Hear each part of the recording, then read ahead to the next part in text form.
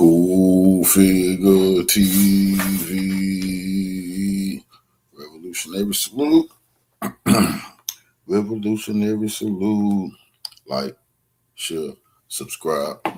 Welcome to the House of Revolution. You know I'm your humble host, the Yao Ming of Revolution. Russia, China, and Iran navies are absolutely challenging Trump and the U.S. Before we get into that, be sure to wipe your feet. That means hit the like button. You in the House of Revolution. Like, share, subscribe, support the platform, y'all. World War III alert. We got a World War III alert any day now. The U.S. and his allies. First, Russia, China, and Iran. Let's get into the content. Salute. Yes. Up in the Middle East. Russia confirmed it has sent Navy ships to join Iran and China in joint military exercises under the Maritime Security Belt 2026 in the Strait of Hormuz, where U.S. warships are present. The RFS Stoiky corvette F-545 of Sterigoshiye class, Project 20380 of the Russian Navy, docked on Wednesday at Iranian strategic base, Bandar Abbas port, as a sortie near Hormuz began, the Russian Defense Ministry reported. During the unofficial visit, the warship together with the Iranian Navy warships, Alband frigate, Shahid Said Shirazi corvette, and Neza missile ship, will carry out naval exercises near the Gulf of Oman, which is scheduled to start on Thursday. Previously, Iranian IRGC Navy had begun drills in the Strait of Hormuz, where anti-ship missiles sank a large ship during the drills. As in an archive video, Stoiky launched a direct fire of anti-ship missile, the same thing that will be done to support this important combined military operation, amidst the presence of the U.S. fleet surrounding Iran, threatening the country's security.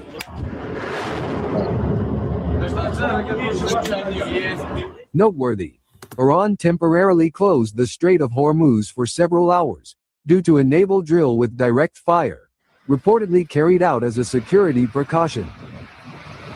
A video released by Iran on Wednesday showed more than a dozen tankers unable to enter the strait after it was closed, having to wait hours to get through.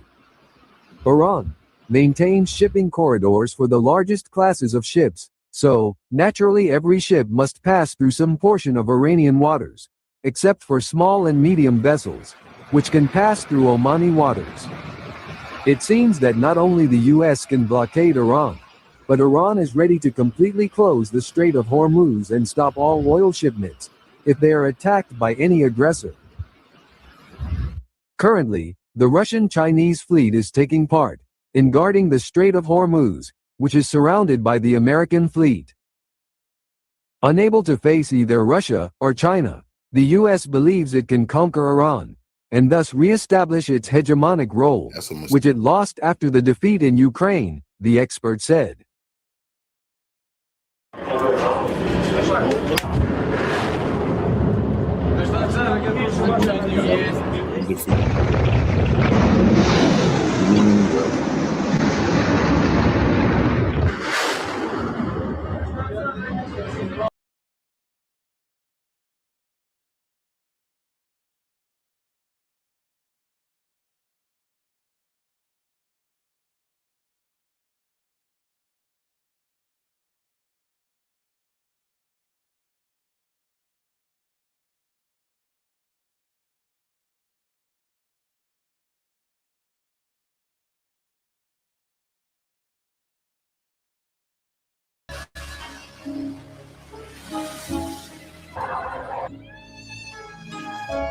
جای خود خبر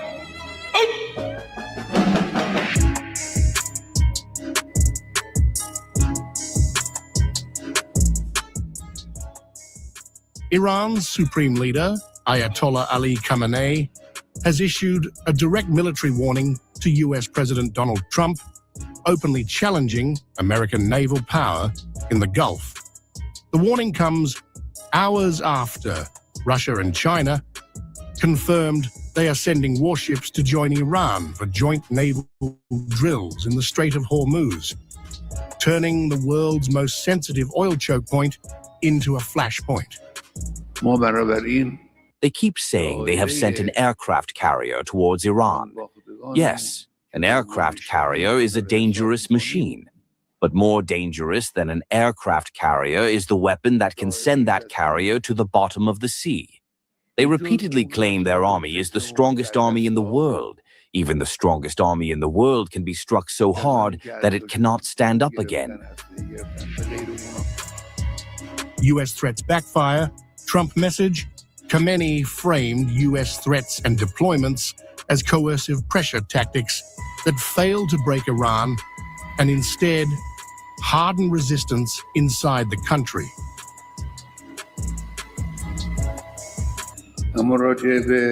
The American president himself has complained to his own people that for 47 years, America has not been able to eliminate the Islamic Republic. This is a confession. I say that you will not be able to do this in the future either. The Islamic Republic is not a government separate from the people. The Islamic Republic is the Iranian nation, a living nation that stands firm. Deterrence doctrine, Iran rejects U.S. control. The Iranian leader said Washington's core objective is domination, accusing U.S. leaders of using threats, sanctions, and military pressure to impose control over Iran. Our problem with America is this. They want to dominate Iran. The Iranian nation stands in their way. The Islamic Republic stands in their way. They seek to impose control over our nation. The threats and statements made by the American president show that they are pursuing domination over the Iranian people. Axis naval alignment, Russia, China, Iran. Hours after Khamenei's warning, Russia and China confirmed they are sending warships to join Iran for the Maritime Security Zone 2026 drills in the Strait of Hormuz. The 8th round of trilateral naval exercises in the northern Indian Ocean signals tightening military coordination between Tehran, Moscow, and Beijing in waters central to U.S. power projection.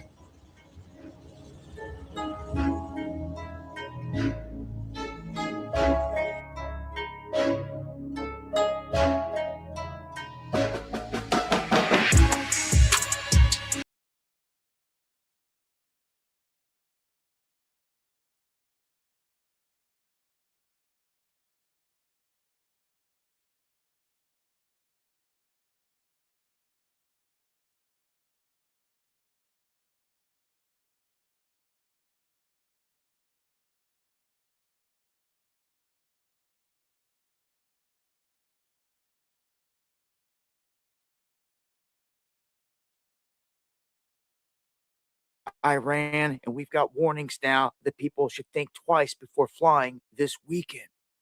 Now, there's a straight showdown that is going down between Iran and the United States military, control of the Hormuz Strait, and Iran has been blasting some kind of device to where they're blinding aircraft coming in from the other way.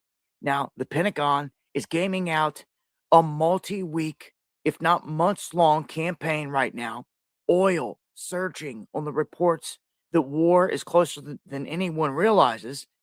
And then you have the comments here from the former IDF head, Amos Yatlan, saying that I would think twice about flying this weekend, specifically because bombs are about to drop big time.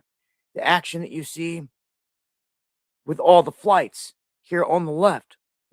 Let's take a look at that, because this is one of the biggest moves we've seen in current times of military aircraft, over 50 U.S. fighter jets, including F-35s, F-22s, F-16s, all sent to the Middle East in the past 24 hours. So people keep sleeping on this. You'd be fooled to think that they're not about to make a move. They're about to make a move. And let me say this. They never stopped the hypersonic missiles out of Iran. They never stopped them. They pierced through the Iron Dome and hit Israel. And I got a funny feeling they're about to sink our battleship.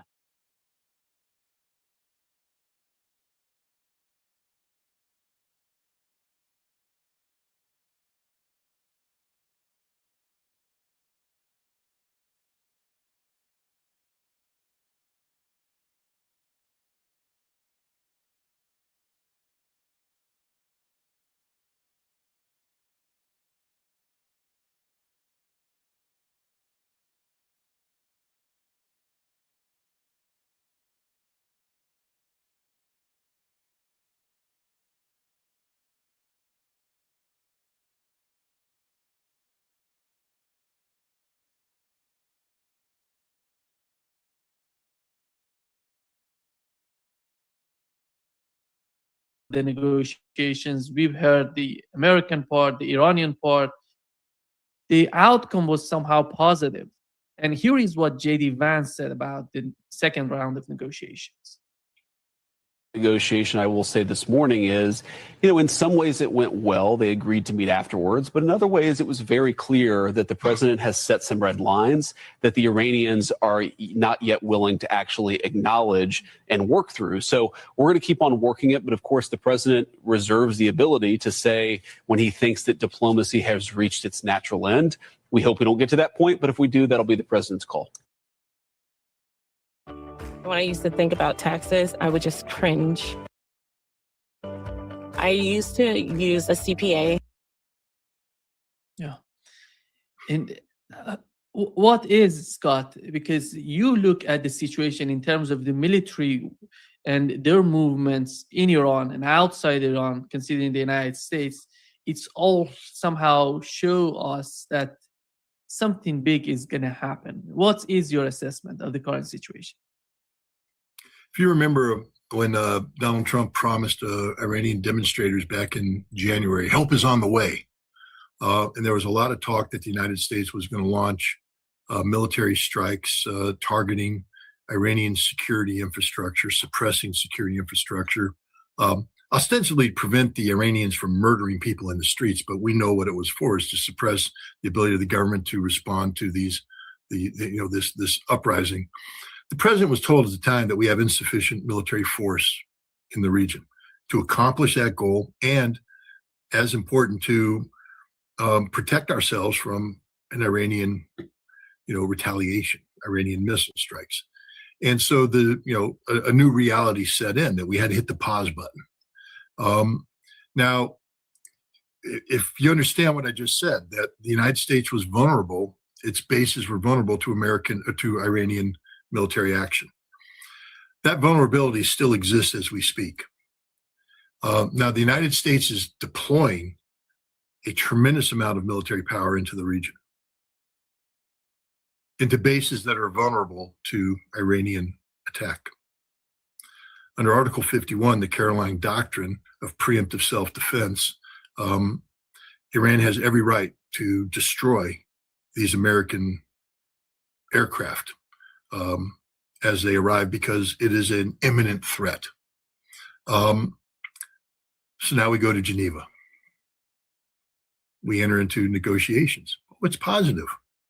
Iran's going to give us 2 weeks while they consider the options. They're going to come back. We've agreed to a framework of this is just 2 weeks for the United States to get all the means.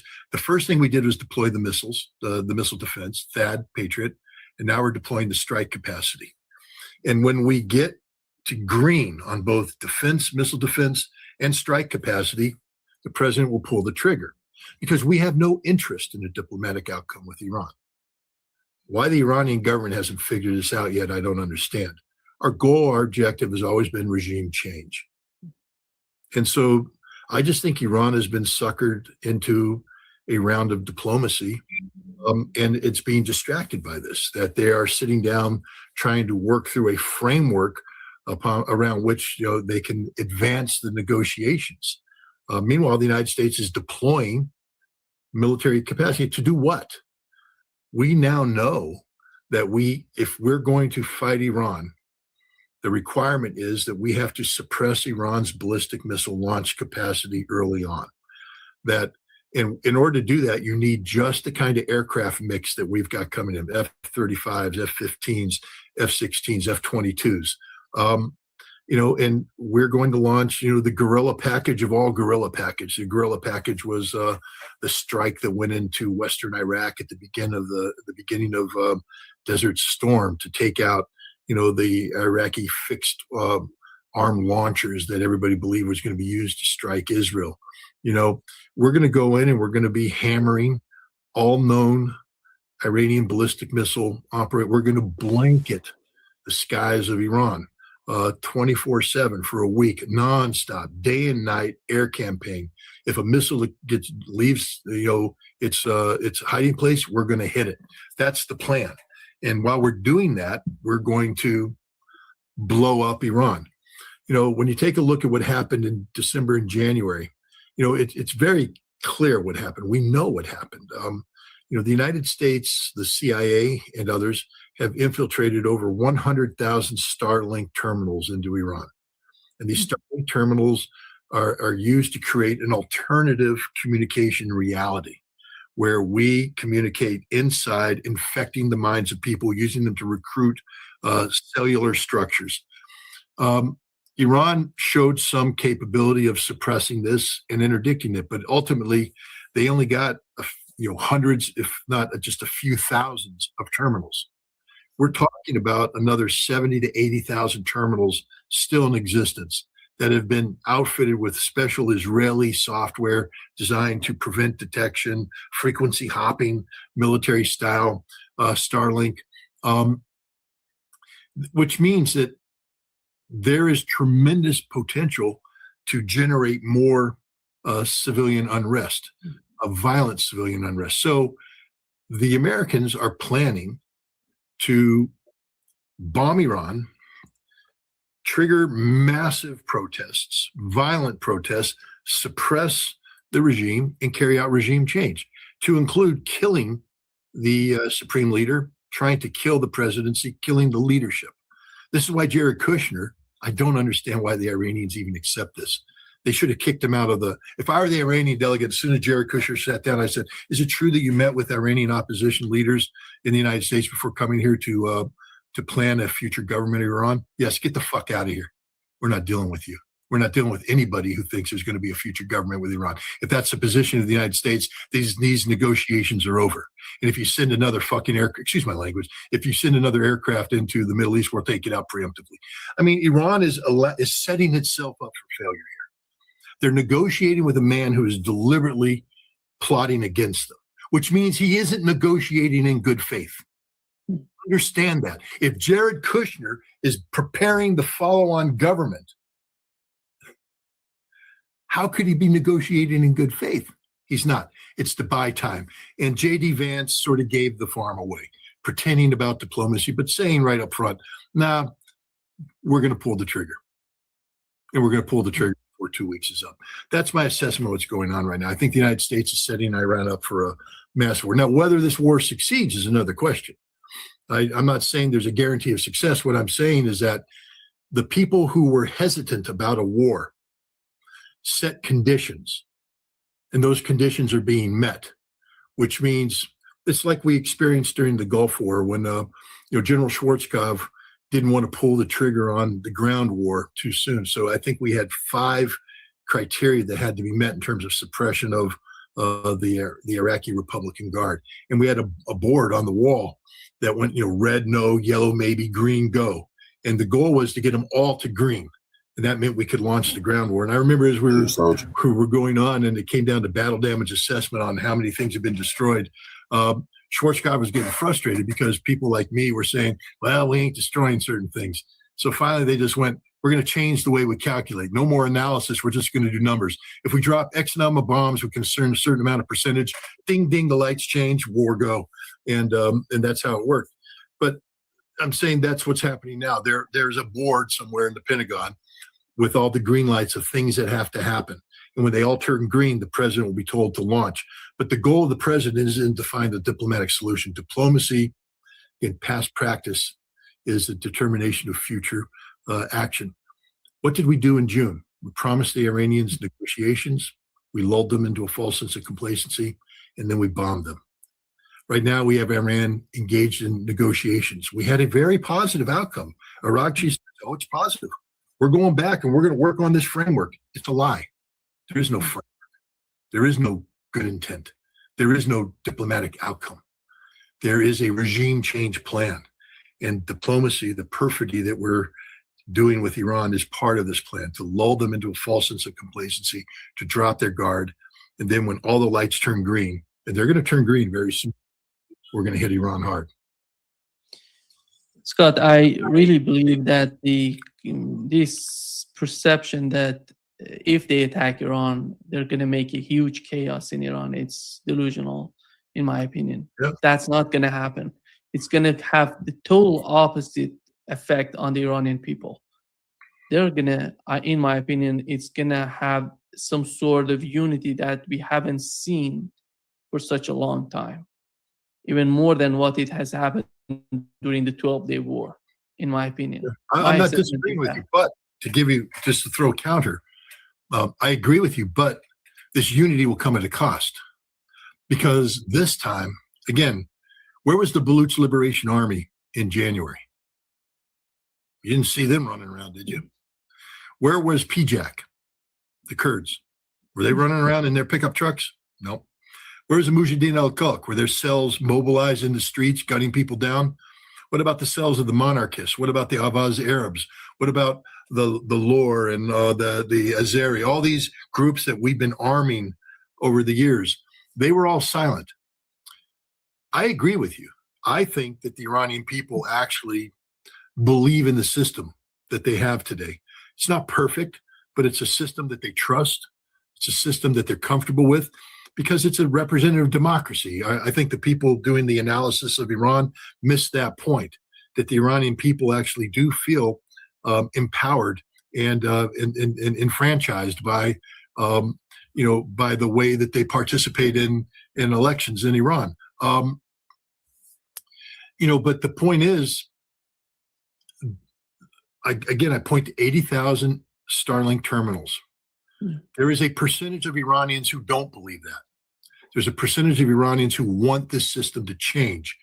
And they are being told that this is the moment of decision, that this is it. This is it, the once-in-a-lifetime chance to get it done. And so I think they're going to come out, and I think they're going to burn Iranian cities down. And I think the Iranian people will rally, and there will be blood in the streets. And it will be horrible, devastating.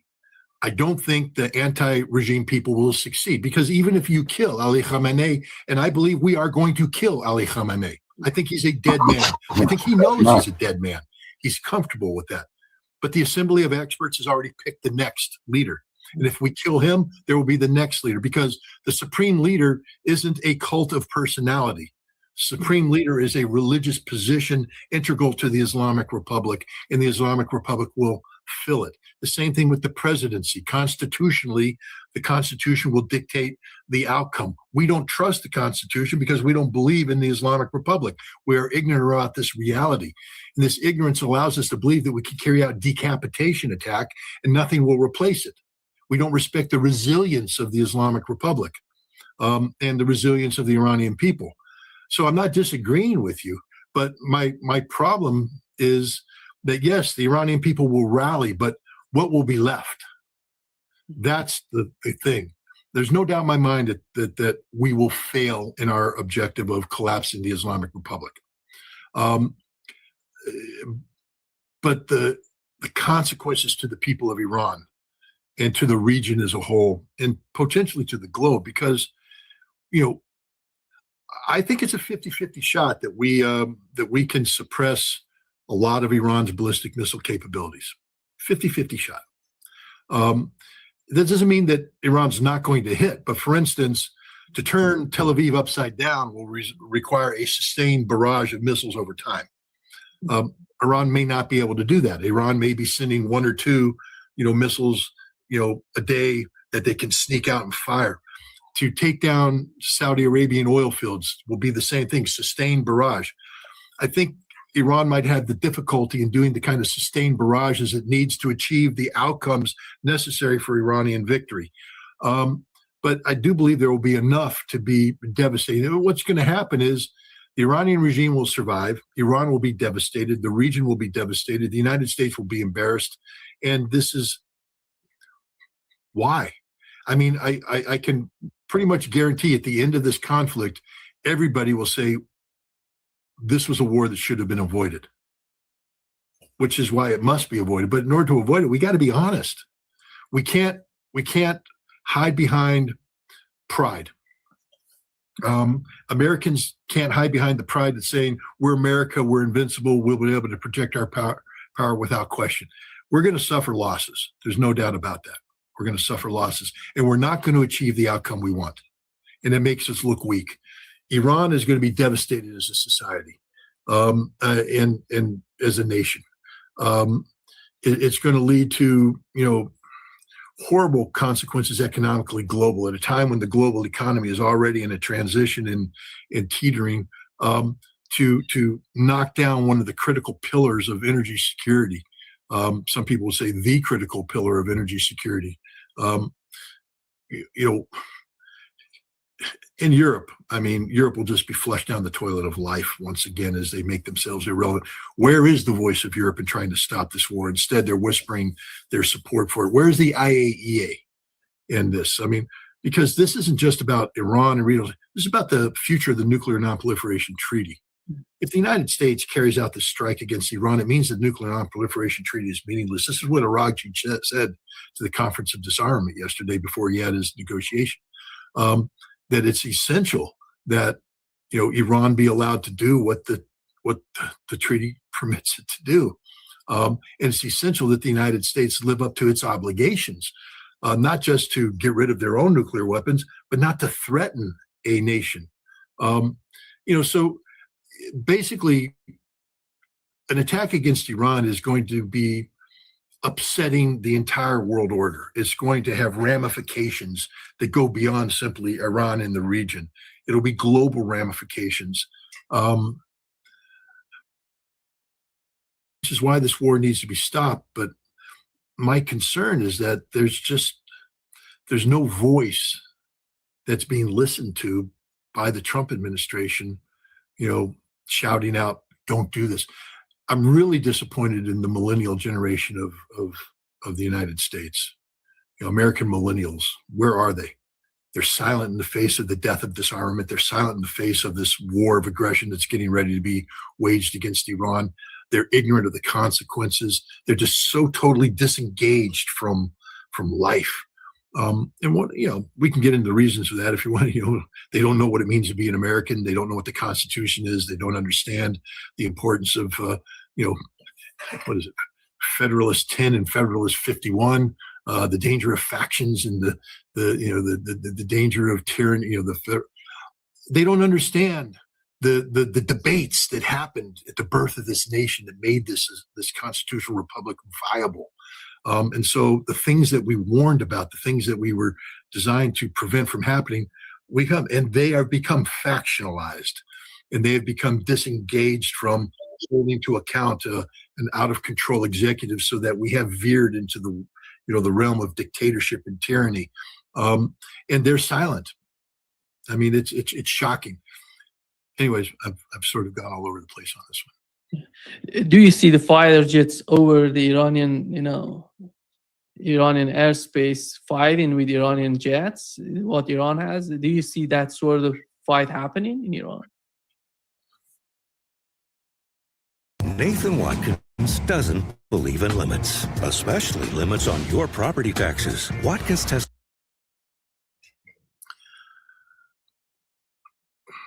The United States isn't Israel. Israel is a limited capacity military power. We are an unlimited capacity military power. I'm not saying Iran is defenseless.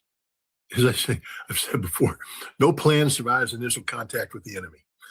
You may have a plan, and look what we did with Iraq. We went Because in thinking we're going Scott, just my understanding, as what I've learned from Ted Postal, for example, is that these fighter jets are so much vulnerable against, when it comes to the air defense systems. That's why they're so. I don't right, know how. but Ted Postal has to understand, and I'm sure he does. I love Ted Postal. That we know this too.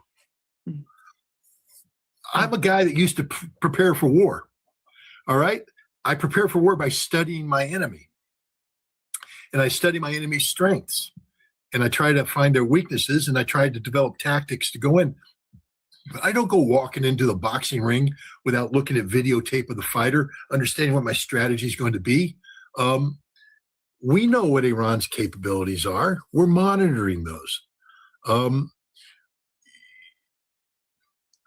One of the great surprises that came out of June, and I think it surprised Iran as much as it surprised me, was the fact that DARPA had spent a decade or more examining the vulnerabilities of air shafts at the Firdos facility.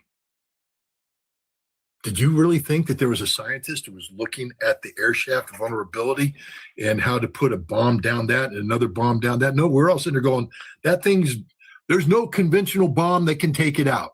I was saying that. Other people were saying it too. Turns out there was a conventional bomb that could take it out because the United States had been spending a decade investing significant resources into that very mission. There's not a weapon system that Iran has that the United States is unaware of. And if we're aware of it, we're looking for a solution to it. It doesn't mean that we have the solution. It means that we're looking for the solution. Our military will not pull the trigger on an Iranian strike unless they are confident that they have an adequate response to anything the Iranians can do. We don't want to be taken by surprise. We don't want to start a fight of this magnitude only to go, oh God, we didn't see that coming. Now it may be, okay, we saw that. Oh, okay, plan A didn't work. Plan B didn't work. Damn, it didn't work. All right, but then we have a plan. What happens if that doesn't work? What's our counter plan? That's what military planning does. So we are preparing for a war on a scope of scale that the United States is fully capable of waging. We are deploying the resources forward necessary to do this. And this will not be a war that's based solely upon the military. There's already an information warfare aspect going on right now. I mean, the minds of Iranians are being poisoned right now. Cells are being mobilized. Hopefully the Iranian security regime is monitoring this and ready to interdict and all that. But I'm saying that this is going to be fought on a whole variety of levels.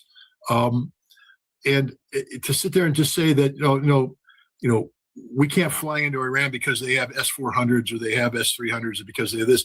We have a solution for the S-400. We have a solution for the S-300. It's not an unknown system to us. Whether our solution works or not, I don't know. But it's not as though we're going to go in and be taken by surprise by anything. And we have the ability to do long-distance strikes, precision strikes that cannot be interdicted by anything the Iranians have, so that we can take out as much as possible. And I was also disturbed by something that came out in January. Drones.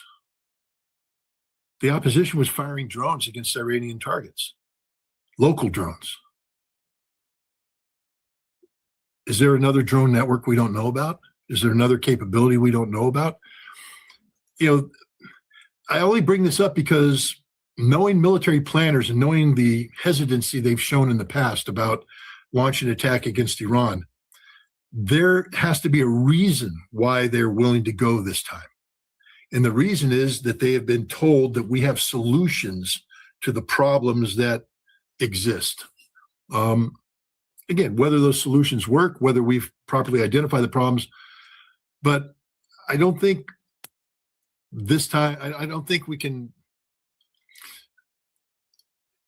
If there's a reason for people to say no to this war from an outcome standpoint, they'd be saying it. The fact that people who are normally hesitant appear to be saying, all right, I think it's time we go, means that there's a degree of confidence in the United States that isn't just the confidence of the Lindsey Grahams and the Tom Cottons and the Pete Hegseths. It's the confidence of military professionals who previously were hesitant, but this time appear to say, well, if we have to do this, then I think we can succeed.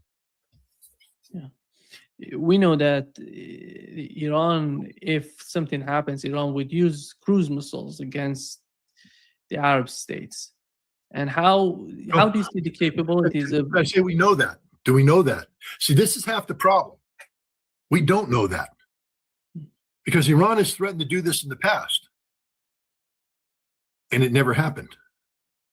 That's half the problem, is that we believe that there will be a hesitancy on the part of Iran. We believe that the Iranian response, even after being attacked, will be a measured response. One that says, hey, they attacked us, but maybe we can get them to stop attacking us. Maybe we can just ride this thing out. Maybe it won't be as bad. Maybe, because Iran knows that once they start launching cruise missiles against oil production of neighboring states, their oil production is going to be hit as well. And that it's a two-edged sword, and it's going to bring... So Iran always hesitates. So I'm always careful when I say, yeah, we know Iran. Iran hasn't been decisive in the past. Even in their response against Israel, it wasn't decisive. It was hedged, a hedged response. The only way Iran deters an attack is to state right up front what the cost of this war will be instantaneously. And they need to tell Azerbaijan, you're done. All of your oil production fields will be eliminated on day one.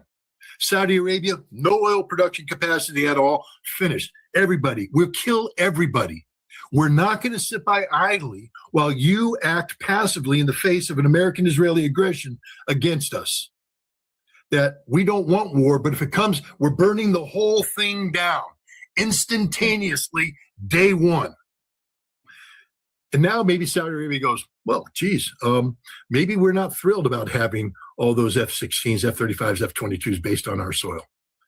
Maybe, other people will say, yeah, we're not doing this. But Iran isn't doing that. Iran's spending 2 weeks preparing for a diplomatic response to a diplomatic initiative that is not real. So we don't know what Iran will do. We know Iran has hesitated to be decisive in the past. And I think that factors into a lot of the thinking right now, is that there will be a hesitancy on the part of Iran. And then if we kill everybody, which we're going to try to do,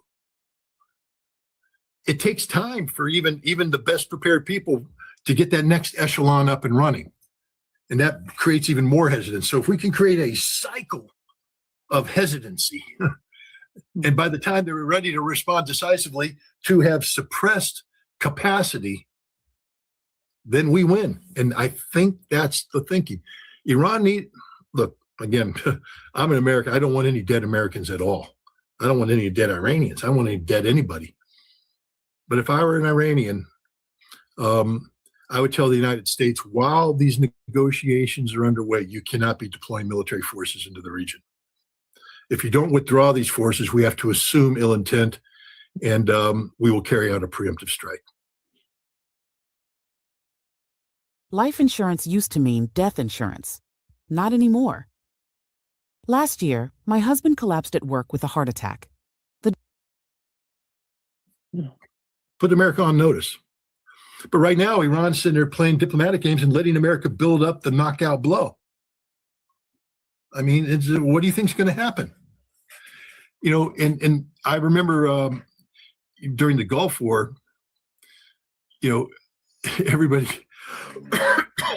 was looking at deployment of American military forces, and I was part of it. I was, doing Marine Corps planning, but I remember a conversation that was held because I was on a planning cell working for the Commandant of the Marine Corps, coming up with amphibious warfare options for the Marines. And, one of the questions we were asking ourselves is this planning theoretical or practical? Because allocation of resources, are we doing hypothetical pie in the sky stuff, or are we doing real world stuff where we have to really look at resource management, sustainability factors, logistics, the whole thing? And around October of 1990, there's something called the tip fiddle. And the tip fiddle is the troop phase logistics something. It's about the flow of troops. And once we engage the tip fiddle to a certain thing, once you get things flowing, because remember, it's not just aircraft, it's fuel, it's munitions, it's sustainability factors. And it has to be sustainability factors, massive quantities, and you have to get it flowing in. Once you pass a certain line, you're going to war. And in October, we were told we're going to war. And this was at a time when the United States was still playing diplomatic games, telling the Iraqis we're not. But the decision was, no, we've passed that line. The mass of movement is such that we can't replicate it again, meaning it's either use it or lose it, because once it comes back, we're not going to do this again. I think we're very close to that moment with the United States. If we continue to flow this material forward, we will hit a point where the military is going to tell the president, we're committed to this outcome. You can change it by a day or two here diplomatically, but we are committed to waging a war. And in October of 1990, it was inevitable there was going to be military action against Iraq in mid-January. There was nothing going to change that. And so I guess what I'm saying to the Iranian government is, if you just sit back and passively fall into this diplomatic trap, the United States is going to surpass that moment, and there will be nothing you can do to change the outcome, except a preemptive strike, which you're not going to do because Iran always hesitates at the moment of decision. How do you see the United States putting a lot of weapons in Jordan instead of putting them in Saudi Arabia or Qatar? Is that because of the distance? And because if something happens, Iran has to, it seems, in my opinion, Iran would hit Israel in the initial hours. Whatever they're doing, they're starting with the targets in the region, then Israel going to be the next immediate target for Iranians. How do you see, because if Iran start attacking Jordan, they're going to lose some sort of the leverage to attack Israel. And well, I mean, only if you haven't planned for that eventuality. Again, the Iranians are professionals. I mean, the Iranians have to know that the force structure, because the Iranians are wargaming just like we wargame. And they're looking at squadrons coming in. So they're parking it and they're saying doctrinally, what kind of strike package can the United States project? How are they going to do it? Standoff attacks, precision guided attacks, air dominance, because ideally for the United States is that we will project air superiority, leaning towards supremacy over Iranian airspace so that we can have combat patrols all the time, suppressing ballistic missiles as they pop up. What we don't want is standoff, creating a gray zone where the Iranians can, have, periodic, windows of opportunity or windows of operational capability. So what does that require? It requires us to have bases where we can stockpile fuel, munitions, aircraft, maintenance, and we're going to be cycling these aircraft in. We're going to be sorting out, coming back, landing, sorting out, coming. It'll be a constant flow of airplanes. And so, the Iranians have to say, where are these aircraft going to be based? Jordan is logical. Two things. One, a lot of these airplanes are going to be used to create a buffer to defend against Iranian drone, cruise missile, and missile attack against Israel. It's part of the defense in depth that we've been using. Two, it's the logical strike path. I mean, look at Israel. You come in, they were coming in through Syria, then going into Iraq. But here the Jordanian government has basically allowed a straight shot, straight through Jordan to, through Western Iraq to Baghdad. And that's the launch site. We know that from the Israeli missiles. That's the launch site for a lot of your standoff weaponry. We're going to be coming in with cruise missiles, Tomahawks. Israel didn't use Tomahawks.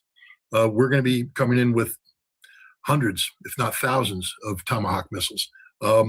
And then you're going to see us projecting our power in. But in order to project air power into Iran, we're going to have, again, just in order to project air power into Iraq during Desert Storm, we had to have KC-135 aerial refuelers up there.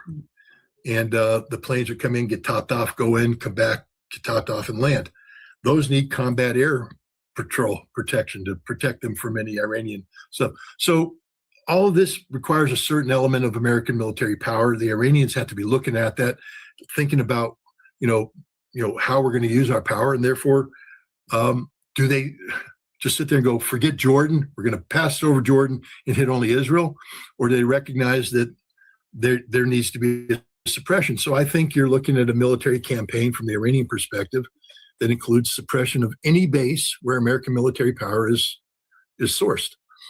And right now, Jordan seems to be the primary base. And so, again, if I were the Iranians, I would put the Jordanian government on notice that regime change cuts two ways, that the Hashemite kingdom will not exist when this conflict is over. I would just make that a statement of fact. Because, there has to be consequences to actions. I would also tell the House of Saud, regime change in Iran means the House of Saud is not going to exist. And I would tell, you have to play this game. This is an existential war,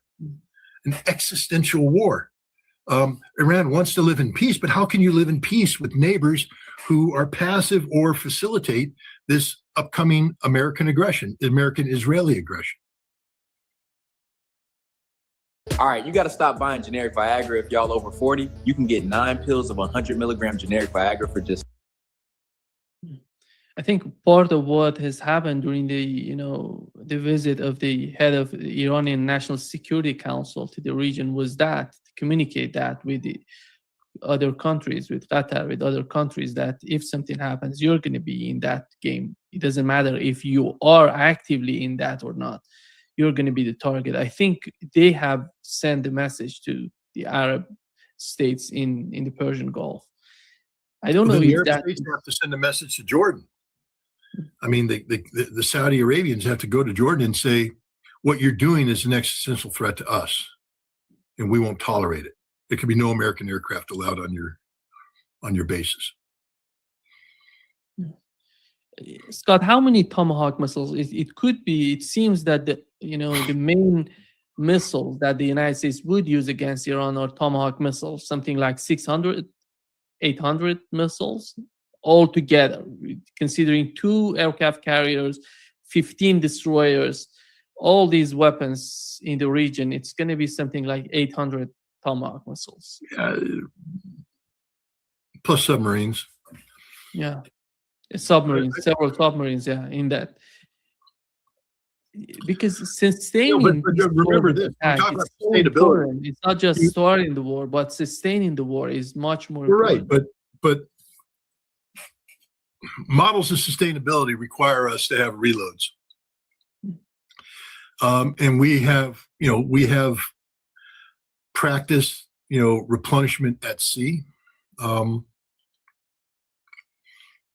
I would imagine, because I'm not there, but the idea of the United States is a mature military power. Let me just put it this way. We've been planning global war for a long time, and there are different scenarios in global war, one of which could have a carrier battle group engaged in combat operations that result in the depletion of certain kinds of munitions, critical munitions, on the ships that comprise the carrier battle group. So we can replenish at sea. We don't need to go to a port. We have the ability to replenish at sea. And so a ship can come up to a ship, weapons would be transferred across. So you can't just count the missiles that are on board the ships. You have to understand that we have reserve capacity. And I would say that, if you're looking at 800 to 1,000 Tomahawks, you've got to understand that we can probably replenish at least 2 times over. Now, what's to say about the rest of our war planning is another thing. Taiwan's got to sit there and go, wait a minute, if you're using all your Tomahawks against Iran, what do you got left for China? The answer is nothing, not much. But the thing is, We're a mature, this is what I always caution. People get mad at me. I know right now, I don't know if this is live. I'm sure it's live. In your chat, Skyraider said that bullshit. America's not a military power. We could kick your fucking ass, okay? You guys don't know anything about anything if you don't understand how powerful we are. And this isn't me as an arrogant American saying it. It's just a statement of fact. We prepare for global conflict. No one else does. The Russians do from a nuclear standpoint. The China's starting to think about it from a nuclear standpoint. No nation on the earth prepares for global conventional war. No nation except us. And we prepare for it all the time. Are we going to win? No outcome's guaranteed. I'm not saying we're going to win. But what I'm saying is, if you do, quit saying America's an empire in decline. Well, the Roman Empire in decline still managed to rally every once in a while and go kick everybody else's ass. Just ask the Persians, ask the Scythians, ask the Huns. All right. America may be an empire in decline, but we're still capable of doing a lot of damage on our way down. And we're not so in the decline that we don't have capacity. We know how to fight global war. We've prepared for it. I don't want us to fight a global war. I want this war to be avoided. But if you're sitting there hoping that we run out of missiles based upon the basic combat load of the ships that are deployed, then you don't understand how America fights global war, because we are prepared to fight a war that lasts longer than the initial basic combat load. That's like saying we send an armored battalion out there, and when they run out of fuel and out of tank shells, then the battle's over. No, we can rearm, re-equip, refuel, push on. This will be something America has been preparing for a long time. It's very expensive. There's no guaranteed outcome, and that's the other danger is, we do something like this and we fail. That brings up a whole another question of what are the consequences of failure. Can America afford to fail? Now we're going a different. There is no arms control anymore. There is no constraint on America's nuclear capacity anymore. The United States has just said that we may start resuming the testing of nuclear weapons. Contact Roberts Air for all your heating and cooling needs.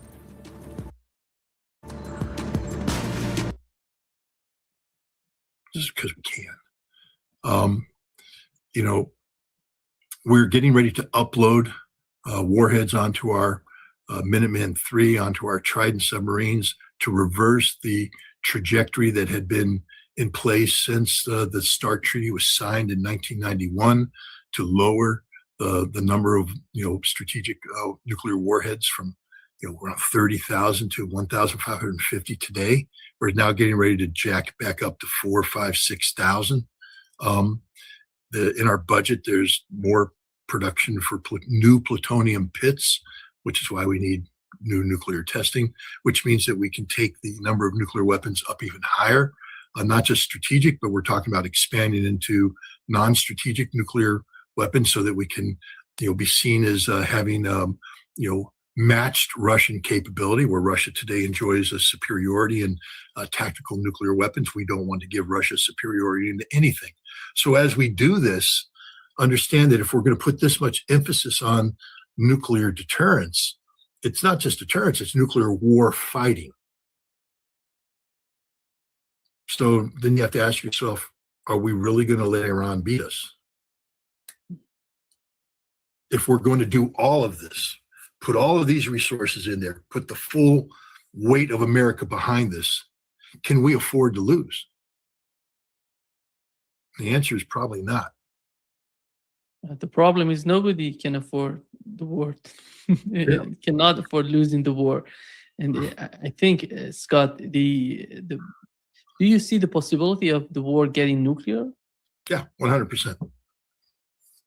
Again, I would caution the Ayatollah on your desire to sink an American aircraft carrier.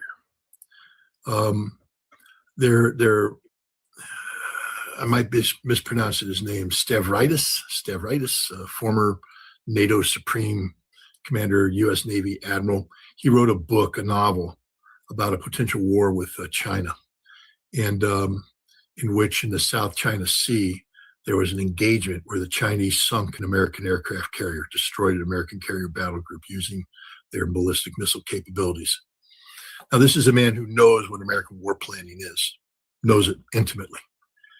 And therefore, you have to respect the scenario. As it said, the automatic response of the United States was to launch a nuclear attack against China as a warning for China not to go any further, that you don't get to sink any more American aircraft carriers. And so, we launched a nuclear attack against a Chinese city. Now, some people say, well, that's just fiction, but it's fiction written by a man who's fully aware of what reality is. I would say that we can't allow anybody to sink an American aircraft carrier. And if Iran sinks it, I believe the consequences would be nuclear. The same thing is if we engage in this action and Iran exhausts our conventional capabilities. I don't think we call it quits and walk away. This is why we can't allow this war to start. Whether anything I say comes to pass, I don't want to know. I don't want to prove it. I don't want to. I just say that the United States is no longer constrained by the moral compass that once held back the nuclear hand. We are governed by madmen, insane people who have no sense of moral obligation to the legacy of arms control. They don't believe in arms control. They don't believe that a nuclear war can't be won. They believe that a nuclear war can be won and should be won. They don't believe that we should never use nuclear weapons. They believe that because we have nuclear weapons, we must use nuclear weapons because that is an expression of American power. We're literally in one of the most insane periods of American history, where, again, I come back to my condemnation of the millennial generation that has failed the American constitutional republic because they don't know what the constitutional republic is. They can't defend that which they don't know. And if they're not willing to defend it, then the very things our founding fathers warned us about when we created a constitutional republic in transferring power from the people, from the states to a federal government, the danger of the concentration of power without checks and balances. That's what's happening today. Everything that was warned about in the anti-Federalist Papers. It's funny. A lot of people claim to know about the Federalist Papers. They don't. They just heard somebody mention it on a Sunday talk show. But do they know that there were anti-Federalist Papers published as well that warned about, and that because of the anti-Federalist Papers, we got the Bill of Rights, which was a concession from the Federalists to give people, give states, give people their basic rights. Because Hamilton didn't want any rights. He wanted total power. Well, everything that our founding fathers warned about has come to pass, and we have failed every test of the American democratic experiment, every test of the constitutional republic.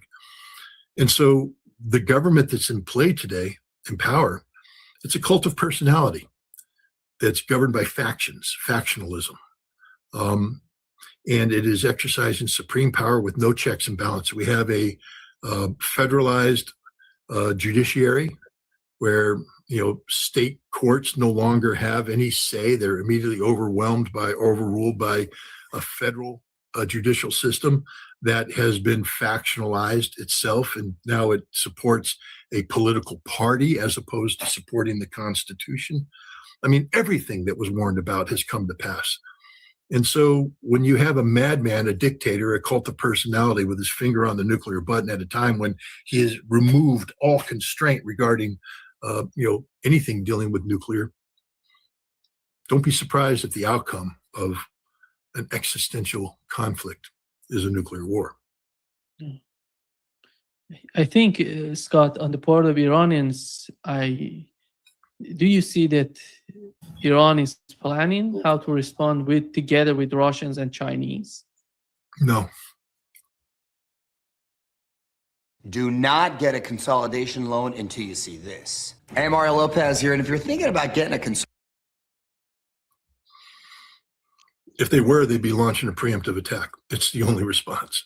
I mean, it's the only way out at this point in time. And you started by saying, again, that because in the concept of Russia, we haven't seen any sort of preemptive attacks so far. For example, in Ukraine, this I totally agree with you with the preemptive attack, but it seems that to me that these as we call it the Eastern culture, they don't much in that sort of idea of preemptive attack. The Eastern culture is not Iran, Russia, China, in my opinion. So far, they haven't reached that sort of. Well, Russia is engaged in a existential struggle right now. We tend to forget that point. That Russia is knee deep, neck deep in an existential struggle of survival against the West in Ukraine. It's a war they can't afford to lose. And so their focus and their efforts are on this war. They are going to support Iran, but the real player here would be China. If I were the Chinese, because understand this, Iran is an important supplier of energy to China, and the goal is to make it even a more important supplier of energy. BRICS, the success of BRICS hinges on Iran, that if the United States is allowed to physically remove a BRICS member, that sets in place a model that can be repeated over and over again. So as BRICS attempts to expand, we start picking them off. And, we're not going to pick off Russia and China or India. We'll corrupt India the way we corrupted Venezuela. But we can take Brazil out in a heartbeat. We can take out South Africa in a heartbeat. So we remove the B and the S, and all you got is Rick. And then you start picking off the people to join afterwards. It's a death sentence. So, China should make it clear that an American attack against Iran will mean that there are no more limits on China's approach towards Taiwan. Now you've created a conundrum for the United States. Because you see, we can't fight two wars at once. We can't fight this major existential struggle against Iran and defend Taiwan at once. So if China made it clear that if the United States attacks Iran, all bets are off on Taiwan, and but nobody's willing to do that right now because everybody still believes that America is serious about diplomacy. We're not. We're not serious. We're sucker punching you. We're sucker punching Russia. We're sucker punching China. We're sucker punching Iran by letting people believe that we can sit down and we can talk and we can have these discussions. And we're really concerned about what you believe. And yes, we want to live in peace. No, we're America. We want to dominate the world. And we want to do that. America great again, strength, peace through strength. It's all about strength. That's all it is. And Russia, I don't say they get a pass because Russia is confronting the West in Europe. I mean, this fight in Ukraine is a existential struggle between Russia and the collective West. That the United States has wisely said we need to sort of back out of. Except we don't really back out. We just play games, diplomatic games. But China needs to understand that if the United States attacks Iran and gets away with it, that means that we will begin reinforcing Taiwan and making it very, very almost impossible for China to even think about, being able to militarily resolve the Taiwan. China doesn't want to. They're trying to work it for peace, and you see what they're doing with the Kuomintang and all this. But an emboldened United States, victorious against Iran, we will reverse our one China policy, and we will recognize Taiwan because we will view that as the ultimate way of containing China. The ultimate containment of China is the recognition of Taiwan. And there's enough people in the United States that want to move in that direction. And if we win a war against Iran, That's probably the direction we're going to go. So again, but now, the Chinese are in the same position as the Iranians are. They're too responsible of members of the global community to do something that precipitous. But without a decisive Chinese statement and without a decisive Iranian statement, the United States will feel that they'll sense passivity, and that means weakness, and they'll strike. The only country that is happy if something happens between Iran and the United States is Israel, and they're pushing so hard. They want it. And Netanyahu is the one, objective of his, life. And his final goal, in my opinion, is a war between Iran and the United States. And it seems that he's achieving that. What is the outcome of such a war that you just mentioned? The outcome would be devastating for Iran, for the region. But how do you see Israel in such a war, in the aftermath of such a war? Look, the vision here is that we are able to end the Islamic Republic with minimal damage, to minimize the consequences of our action. That the maximum effect we get is the elimination of the Islamic Republic, which from the Israeli perspective opens the door for everything. Because now, the Islamic Republic is the only nation that stood up to Israel and the United States. You eliminate that, you eliminate the axis of resistance, and all of the Gulf Arab countries will fall in as compliant servant states of a greater Israel and the United States. That's what the Abrams Accords is. It's a vehicle of colonial empowerment of Israel. And so the vision is Israel will take some damage, but their number one nemesis will be eliminated, and the rewards will far outweigh the damage done. That the Abrams Accords will become reality. Israel will be anointed as the economic lord of the region. All Arab nations will now be, subservient to Israel, and the United States will sit back as the overlord and lord over that. So I think that's their vision. I think it's a stupid vision. I don't agree with it. I don't think it'll succeed. But Israel understands that this is the danger of having how old is Netanyahu now? 77, 78. A man with bad health. He's so selfish because he's simply trying to preserve his legacy. The legacy of Benjamin Netanyahu is the man who brought down Iran, not understanding that the consequences could be the man who destroyed Israel.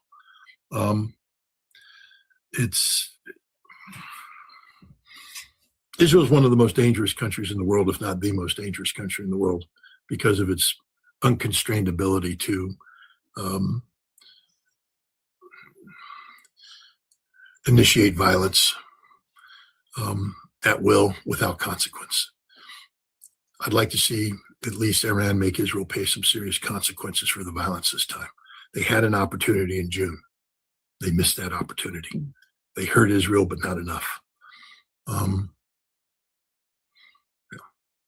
leave it at that, or else your YouTube channel will get shut down. And I got to go, unfortunately, too. Okay. So that's probably Thank you, Scott. Thank you so much. Great pleasure, as always.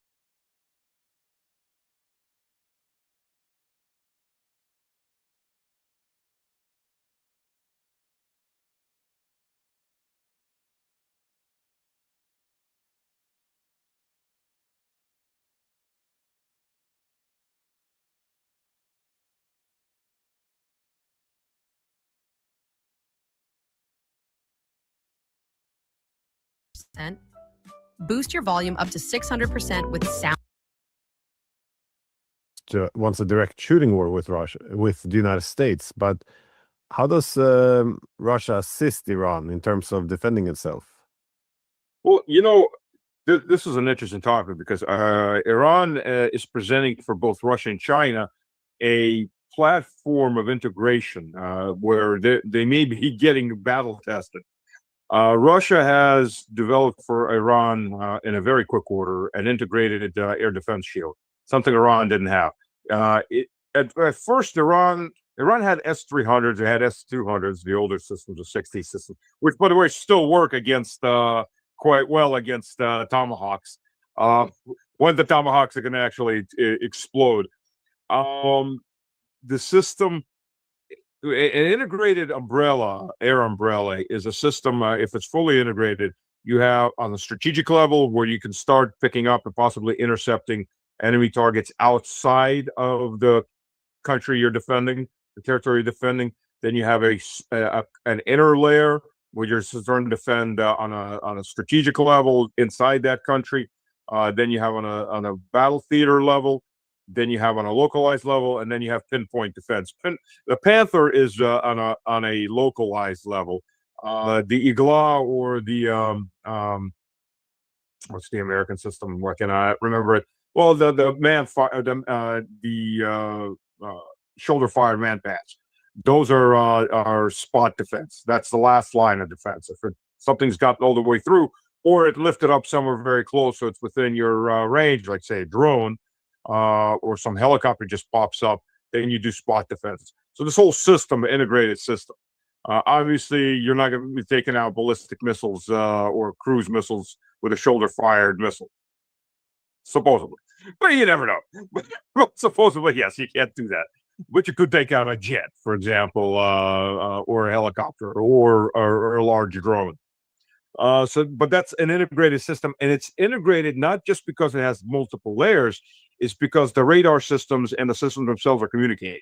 So if it failed to make contact or failed to destroy the object on one layer, it passes that information off to the next layer that engages, that passes off to the next layer that engages, and so on down to the point where either destroy it at some point or it blows up.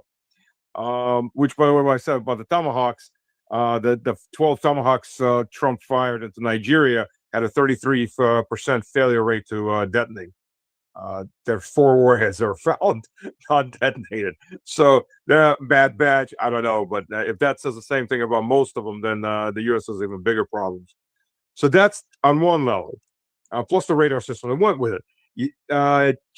Iran at its time, at first Russia was pressured not to sell the S-400s that Iran wanted to Iran. So Iran, I think, actually even paid for them, and Russia failed to deliver back in the 2000s, because of sanctions.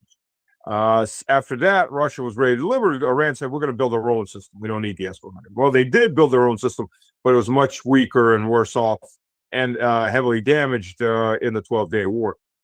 So Iran came back. Russia came back, built this integrated system over the last 6 months, trained up Su-35 pilots, delivered fighters, Su-35s, which outranged, by the way, the F-35s, even though it's a Generation 4++ fighter versus the Generation 5 fighter that the S-35 represents.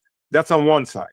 On the other side, the Chinese are bringing in their integrated radar systems, which include very tight beamed, low wavelength sections that can pick up, integrated with the satellite systems, which can pick up anything within, I think, 500-600 kilometers outside of Iran. So anything that the U.S. is launching or Israel is launching is already being picked up and gives them enough time to start reacting to it.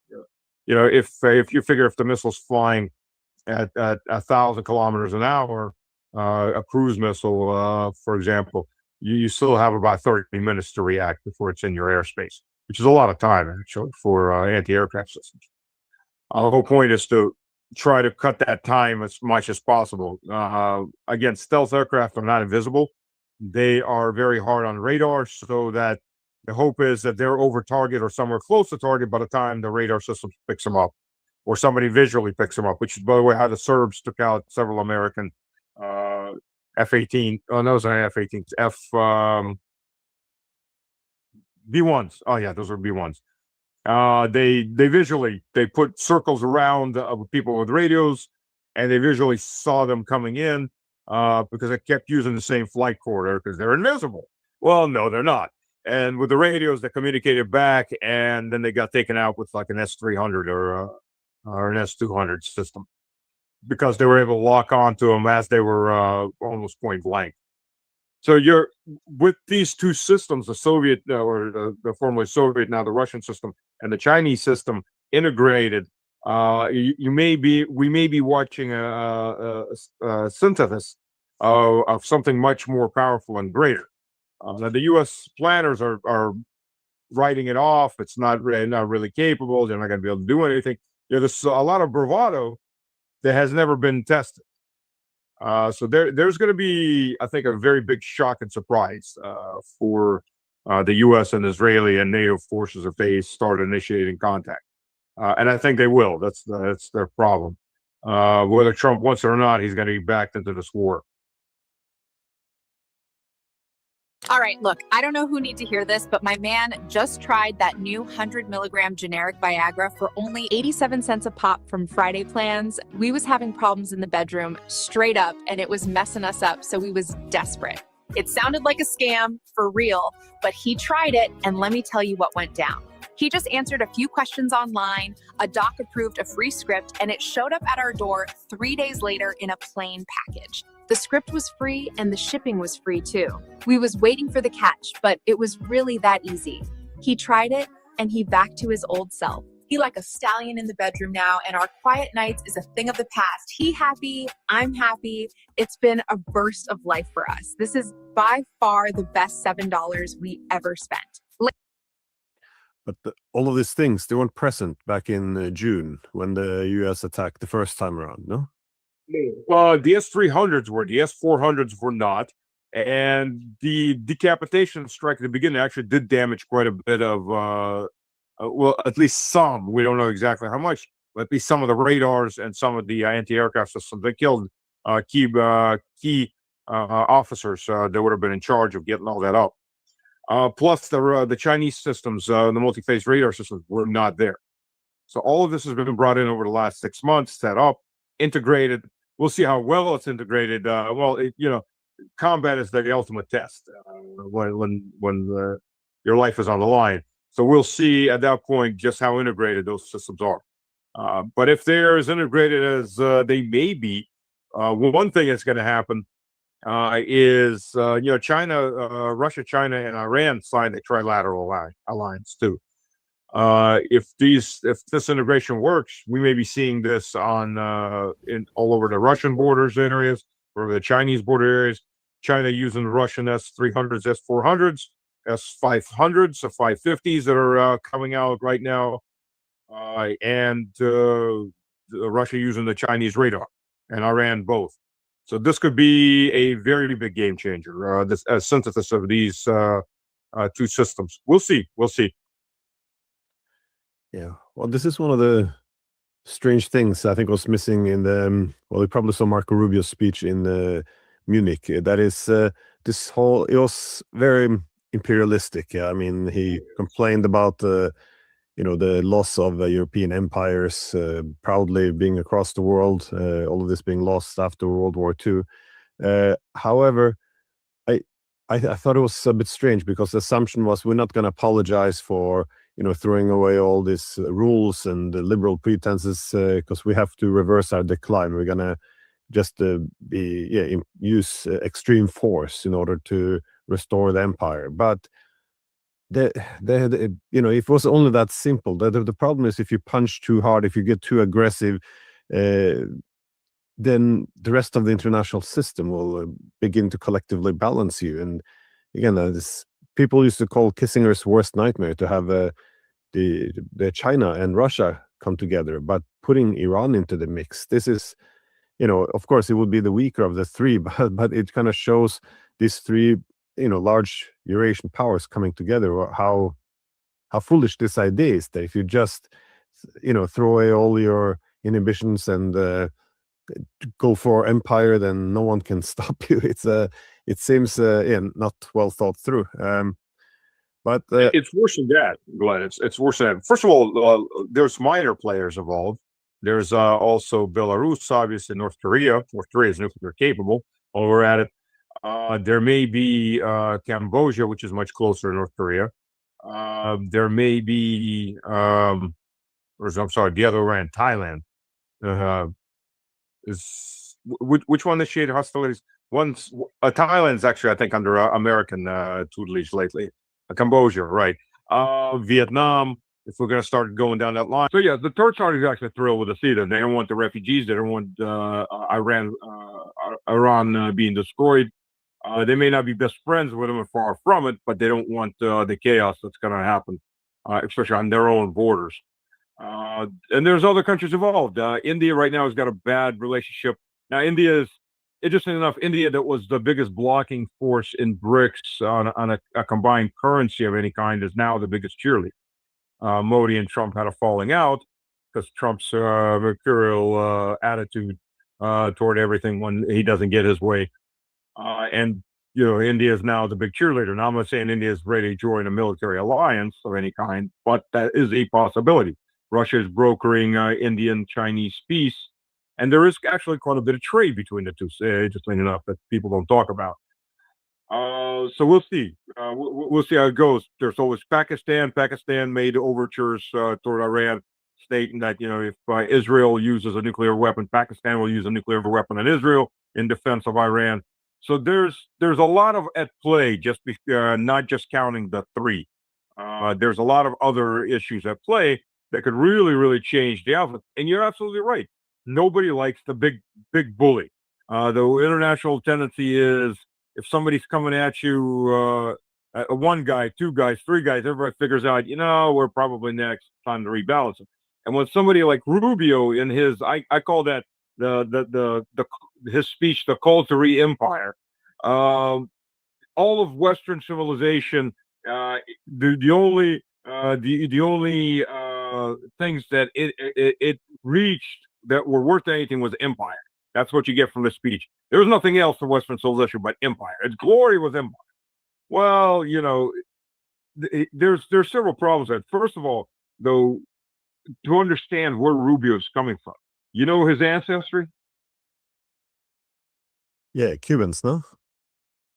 No, well, Cubans, as far as he came, he was his father was born in Cuba. But that's not ancestry. That's just your recent ancestry is somewhere mid-minor Spanish nobility that then became the viceroy class.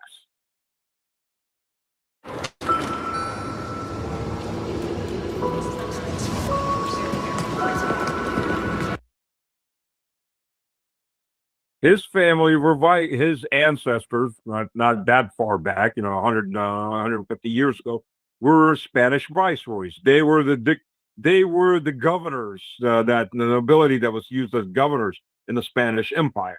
They were the guys that were the local big guy. That's where his family comes from. And as somebody whose family is also from nobility, well, my mother's side, my father's not at all. From my mother's side, you learn about who your ancestors were. That's something that gets passed down, and gets passed down very seriously. So he knows who his ancestors were, and he even mentioned it in his speech. My ancestors are from, I don't remember the exact province they're from. They would be very shocked and impressed that, their offspring of their lines has come back as a diplomat, the main diplomat to Europe, and so on and so on. He's got this drive to, I guess, reclaim, be the viceroy of Latin America or some portion of Latin America. So empire is what he was raised on, at least to some degree, even though his father did flee Cuba from Batista, not from Castro. His family moved to Miami 4 years before Castro came to power. It's not what he tells people, but it is what historically documented. So his whole mindset is empire.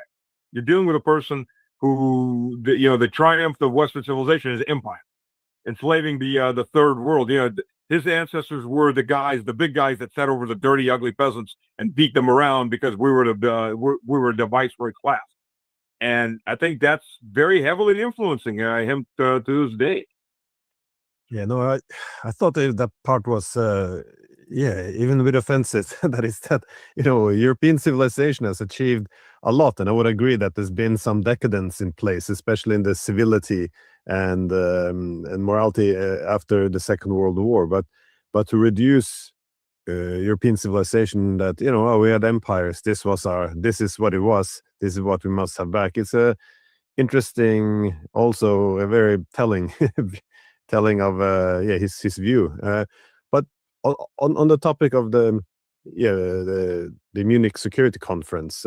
How do you see the possible relationship between Russia and the Europeans going, I guess, further down a dark road? Because I saw Chancellor Merz making the argument there in Munich that he said again, I emphasize we have imposed unheard losses and costs on Moscow. I mean, quite extraordinary to hear from a German chancellor. He was also heard other comments coming from the Danish prime minister saying we shouldn't respect any more red lines. There should be deep strikes into Russia. It appears that all the pretenses of this merely being a proxy war is slowly going away, and more there's talk about the direct war. Do you see anything on the horizon? I mean, what is the mood when they hear this in Russia among the political class or the military or the public, for that matter? Well, the military's job is to take every threat seriously and to contingency plan for it. The politician's job is to figure out what really is the threat, and if it's a threat, and it's set guidance. At this point, I think, at least what I'm hearing from a lot of politicians, and the military, I've been hearing this from day one, of course, and I've been saying it myself. If somebody's telling you they want to kill you, take them very seriously. They may not have the weapons and the ability to do it right now, but they have the intent, and you got to accept that they have the intent and the desire to do it. Now, having said that, what I think what we're looking at is the political class is starting to realize, yeah, these people really are that stupid. And these people are stupid. These people, first of all, you're looking at a pampered, inbred aristocracy for the most part that's ruling the EU. The same aristocracy that ruled before, except it's now a republic instead of something else. Unfortunate part was when they were real monarchies, they had better control over their idiots like these prime ministers than they do now. Now, as a republic, the worst of the worst could rise up to the top, especially in an enclosed system that doesn't allow any real competition and run the country, which only makes things even worse, as republics tend to do in the end before they die. And all republics die. Let's not be. This is the third or fourth big wave of republics in the world, and they all die usually within 200 years, and they die because of these types of people. The system becomes absolutely corrupt, and in a crude way of putting it, gold sinks, crap floats to the top.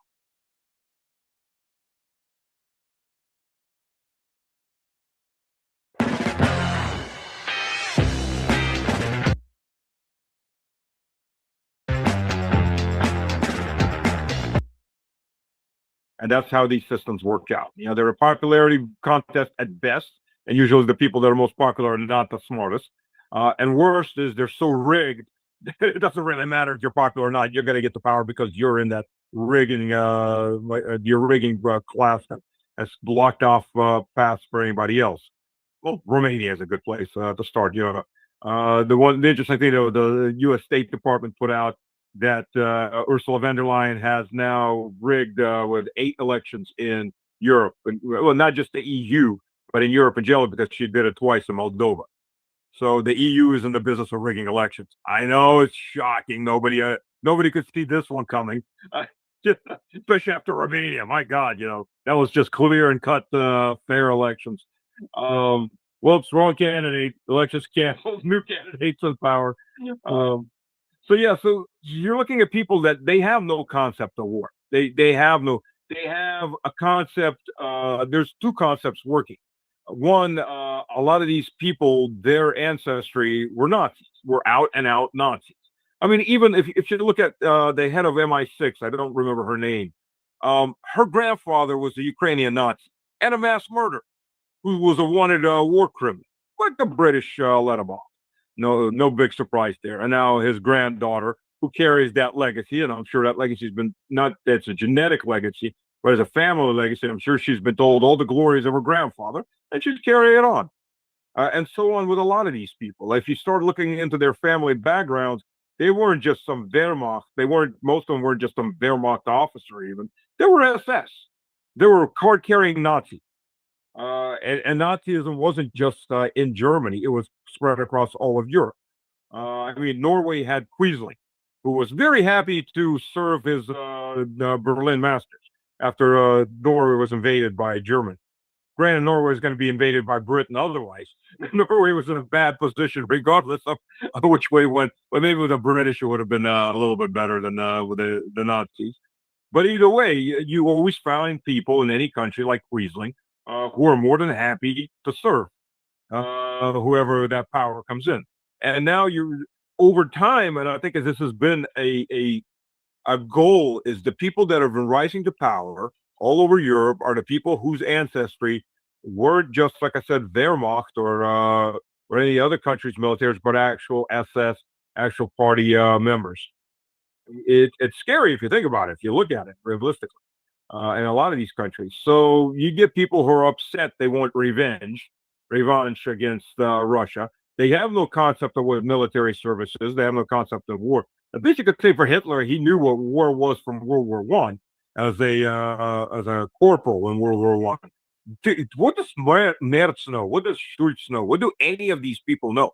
They've never worn a uniform, or if they wore a uniform, it was in some kind of, like Graham. He was a combat lawyer. You know, he was a JAG lawyer. That's it. So he wore a uniform and he was a lawyer, which doesn't really make it any different. He doesn't know any of these people. They really don't know what combat is. They don't know the threats. They don't. It's easy to toss somebody else's kids into this, as Albright at one point said. You know, why have a military if you can't use it? Well, yeah, you have a military, so military, you don't have to use it. That's hopefully your goal. But if your goal is empire, of course, why have a military if you can't use it? And these people, they are out of their minds. I am very much hoping, of course, the Austro-Hungarian bloc stays strong, and that Orban survives the next elections, and that Austria's next elections are going to bring fully into the bloc if the conservatives get the supermajority and tell the EU to bounce. There's an article, I think, with 41-7 that the Common Defense article for the EU. So apparently, van der Leyen gave a speech that they're going to force the Ukraine into the EU by 27, and then everybody has to go defend the Ukraine. You know, basically, everybody has to go to war because that's part of the dialogue. Oh, and the veto powers are going to be annulled for countries like Hungary or Slovakia or Czech who don't want Ukraine in the EU. Which I think she would have a very big surprise how many countries in the EU would probably say, no, we're not going to go fight. Or would have a revolution on their hands if they force their population. Greece and Bulgaria come to mind on that. But I think that the intent in the Politburo of the EU-SSR is very much on war. And it's backed up by key countries like Germany, by Poland. Poland, which, by the way, is now seeking compensation for the Soviet occupation, where its population doubled from the end of World War II. It's been shrinking every year since.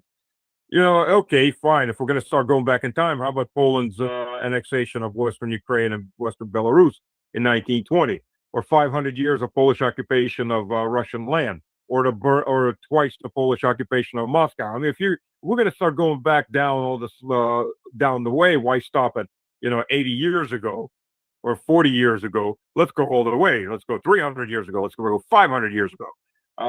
Who owes who more? I mean, this is the ridiculous level of these politicians, and I don't see, unless there is, I don't see it short of a coup or a revolution, the right parties taking power in a lot of these countries and steering them away from war. I don't see any way of getting around this. They're insane. I mean, they're clinically insane people. The issue of reparation, I think, is quite damaging. That is, I get the idea behind it and settling and all of this, but the thing is, once you create all these economic incentives to not let the past stay down and start to make money of it, I mean, it's poison to diplomacy. You will always have these incentives to cash in on former grief, but also, of course, this couldn't be more political. This would not happen if it wouldn't be because of the current conflict. But it's a good point you made though with threat assessments. They're based on capabilities and intentions. So if you're expressing hostile intentions without the capabilities, I think stupid does defy is a good way of defining it, because now you're telling your opponents what you want to do, even though you don't have the means to do it. So it is it's a very dangerous thing, and it's a way of self-sabotage as well. However, the United States, though, it has intentions and capabilities. Well, the intentions became a little bit clear after Rubio's speech, but we do see, for example, whenever a U.S. drone flies over the Black Sea, if you go through the Telegram channels, they already know now that Ukrainian drone attack will come, as these are still U.S. weapons, missiles, U.S. intelligence, the U.S. picking out the targets as it flies the drones along the Russian border. But so it still seems very much like a U.S. war. So how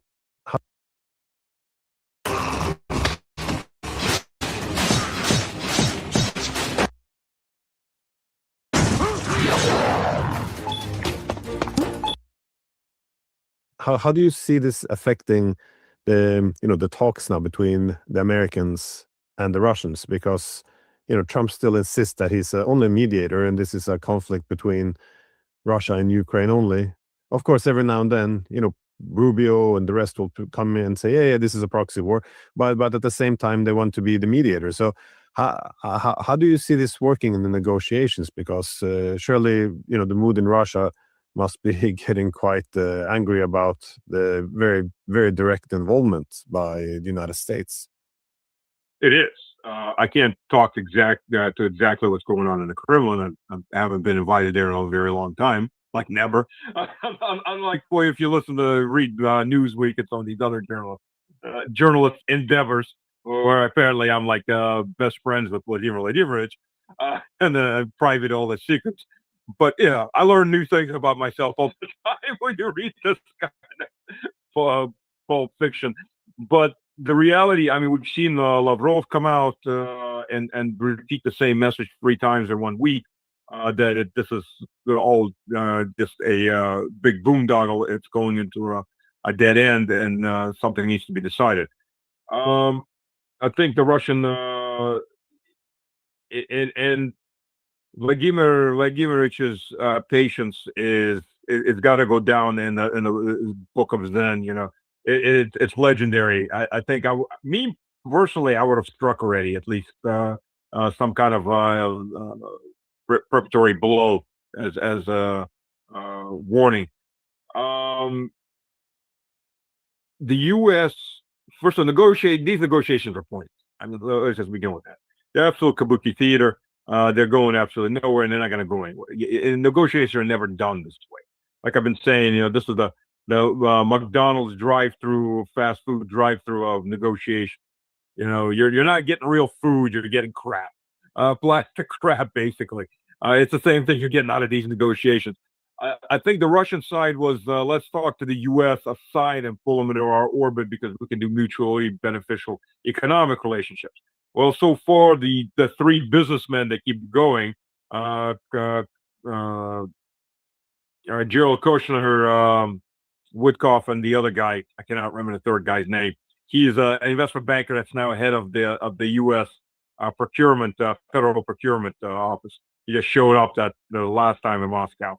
I don't know, maybe he's just taking a field trip, but I think that the point was maybe we can pull the Americans out of their stance closer because we can have mutual business deals.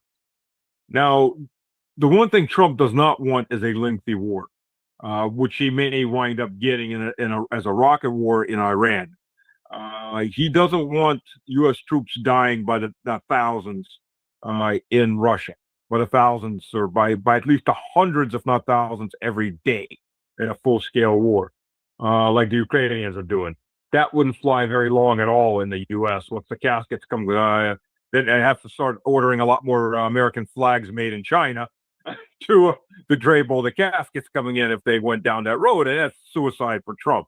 Well, in fact, if Iran sinks an aircraft carrier or heavily damages And they can because they've got live radar or live satellite data that's coming in from China and Russia. I've mentioned that to people because they were like, no, the aircraft carriers will be running in the Indian Ocean. They can't find them. Why do you think they can't find them? How many Russian satellites are there? About 170? How many Chinese satellites? About 300? You think they can't find them in live data? Of course they can. Same thing the U.S. does, the U.S. and U.K. do for Ukraine in the Black Sea. Even if that happens, that could be a massive, devastating blow and possibly a resignation blow for Trump because he doesn't have Congress's approval. That's how Congress plays both sides. If you win, we were always behind you. If you lost, well, we never told you could do this war. So, we're going to go after you to make our name.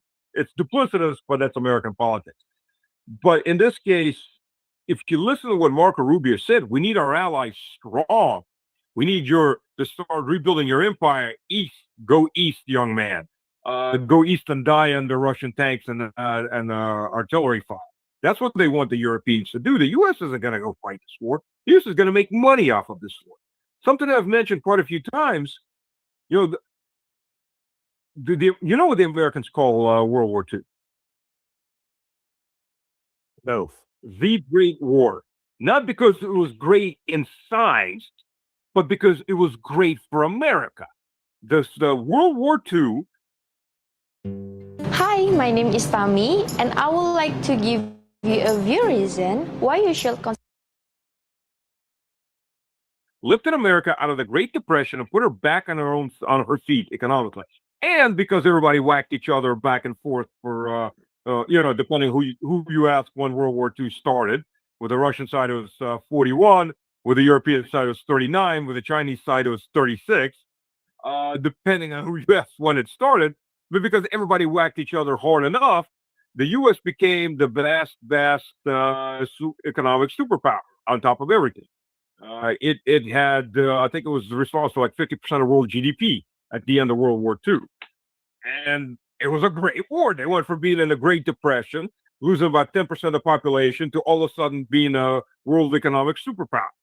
Maybe not the military superpower, well, not the preeminent superpower, because the Soviet Union was huge at that point too, but economically, they were the superpower.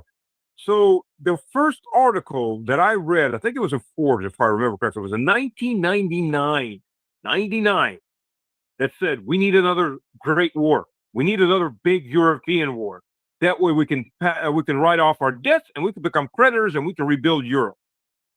Now, if Forbes is talking about it's got this article in 1999, they've been talking about this for a while longer. So even if we start from 1999, 27 years, the U.S. has been building up to pushing Europe into a suicidal death ride against, whom else? Against Russia. They're not going to go against China. China's too far away. But against Russia. And if everybody's destroyed, we can come in, pick up the pieces we want, we write off our debts, and we rebuild you for big credits. And while stripping you of everything that's worth stripping. And that's the American point in this. America is not going to fight Russia directly. Suicide. What they're going to do is they're going to be neutral, and they're going to sell, neutral once the fighting starts. They're going to sell equipment and fuel to the Europeans under American flag ships. Russia sinks American flag ship. It's game on for the big war, possibly a nuclear war. Russia's fighting Europe. Well, hey, all those little people are getting killed off that we're going to make money off of later. In people, I mean, when people are going to say, somebody's going to listen to this and go, no way, they can't be that evil. They can't really be doing this. That's insane. These are the Epstein people. These people who would literally eat their own people's children. I mean, you want morality out of these people? It's the bottom line. What are we going to make best ends with? How many we have to sacrifice? Who gives a damn? They're not real people. They're not ours. And ours, I don't even mean Americans. I mean ours, our clique. This is the people that are telling you we need to cut humanity down to 500 million. The golden class, but really the golden class is going to be that 500,000, and then maybe a 20-30% that's educated serving them, and the rest are going to be the peasants. I mean, this is the people that are pushing these ideas. Believe you me, they want this. They may not have the capability of doing it at the moment, But if they keep telling you they want this, they want this. This is what's really in their souls. They still have it. Well, that's another thing that seemed clear from Rubio's speech is ever since Trump got reelected, the lingering question has been, what is what is the objective here with in terms of the loss of unipolarity? You want to restore it, or do you want to adjust to multipolarity? I think that's been cleared up. Also, the relationship with Russia, is the objective to end this century-long conflict, to weaken Russia, or is it to outsource it to the Europeans? And I think that's been settled as well. No, it's the perhaps dark intentions towards Europe, and nobody wants to hear it because we have a narrative built on a 80-year history of the benign alliance of peoples with the same values. But on this channel, I had twice on the Harald Kujat, who's the former head of the German army. He even held the highest position within NATO. He makes the point that not only did the NATO provoke the war, but the US and British sabotaged the efforts to make peace, both in Minsk and in Istanbul. But what I found most interesting is he also makes the point that part of the reasons was also to sabotage Germany. That is, they're draining all the resources and industries out of Germany, so weakening Germany, strengthening themselves. It just sounds crazy because nobody ever puts these people who makes that point online on any news program. It's always interesting to me why nobody seems to want to talk to, the guy who had the chief position, who was the head of the German armed forces. Nobody wants to hear from them. But again, the journalists, on the other hand, they have a window into Putin's head, which is always open. How many articles have I seen now where they know all of Putin's thoughts, his feelings, his fears, his aspirations, as if this were facts? It's just it's become so common that people don't really question it. Like, where exactly this is coming from?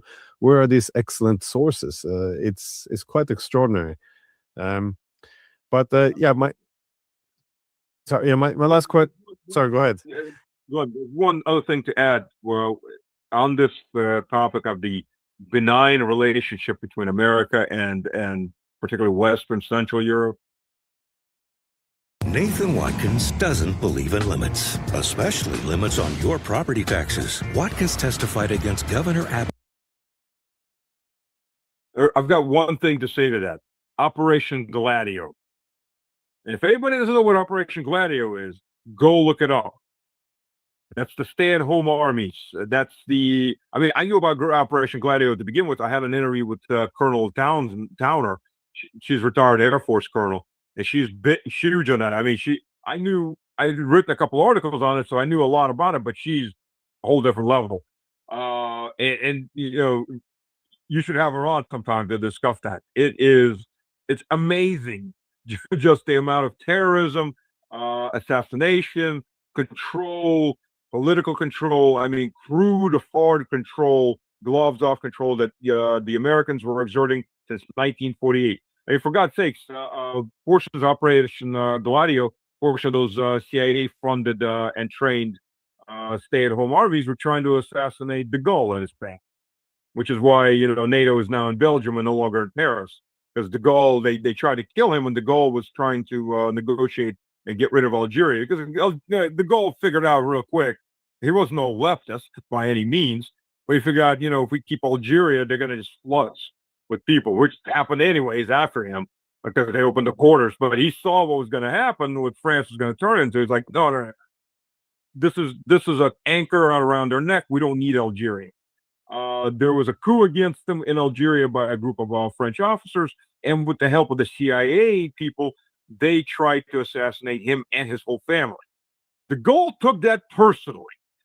And exterminated these guys. A radical campaign of extermination on his enemies, and then told NATO to get the hell out and left NATO, for which he got a color revolution. Well, that, and he demanded his money back and gold, not American greenbacks. De Gaulle wound up getting a color revolution from all that. But the point being is, the U.S. was never this benevolent friend of Europe. The U.S. held Europe through terror, through assassination, through an extreme hard force.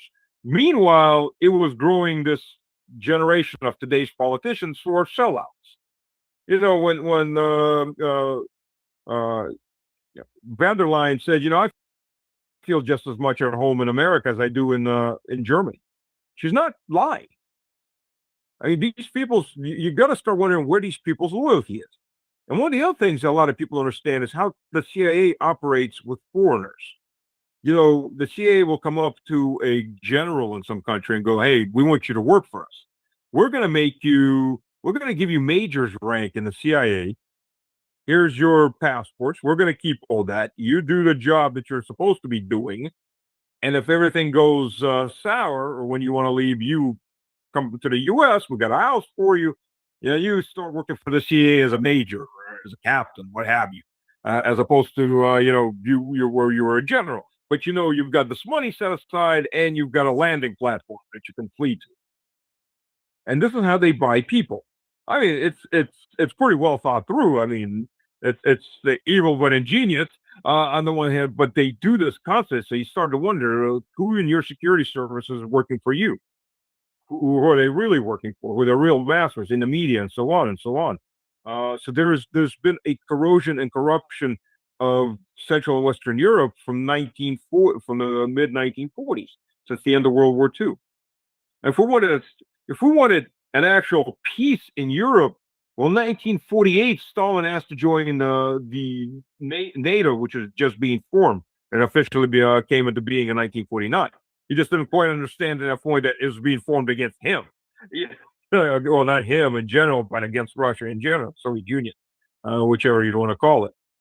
But, you know, if you wanted a defensive peace structure in Europe, there you go. 1948 was a prime chance. 1992 was a prime chance with Yeltsin. Now 2000 was a prime chance with Putin. But they all asked to join NATO. Obviously, there's no interest in that. NATO needed an enemy. NATO needs to fight a war. Otherwise, NATO ceases to exist. It's an expense. So, and who gets to fight that war? Sure sounds not going to be the Americans. They've got China to deal with, you know. So here you go, Europeans. Go back to empire. Empire, go east. Go die, and so we can make money. That's Marco Rubio's speech in a nutshell. Well, they also have this for political leaders. I know them, you know, as the outgoing president of Georgia.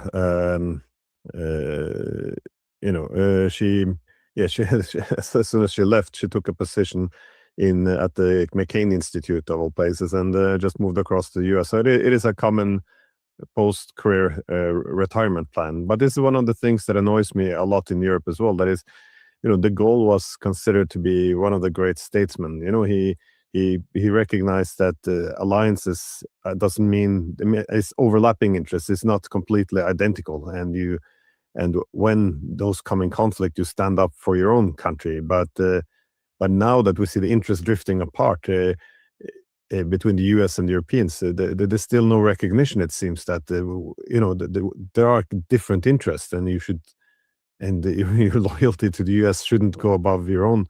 And but the willingness to throw away national interest now is just extraordinary. The self-sabotage. But it's annoying to watch. If you want to talk about restoring European greatness, perhaps looking after national interest before dreaming of empire, I think would be a good start. But now my last question was just on NATO, though. The NATO countries, they still have pushing this narrative that Russia's, you know, is taking huge losses and achieving very little on the ground. Again, I know that the war narratives are intended to sell a long war, so you know we're winning. So hence, let's keep the war going. But how are you assessing the situation on the ground, you know, compared to these narratives?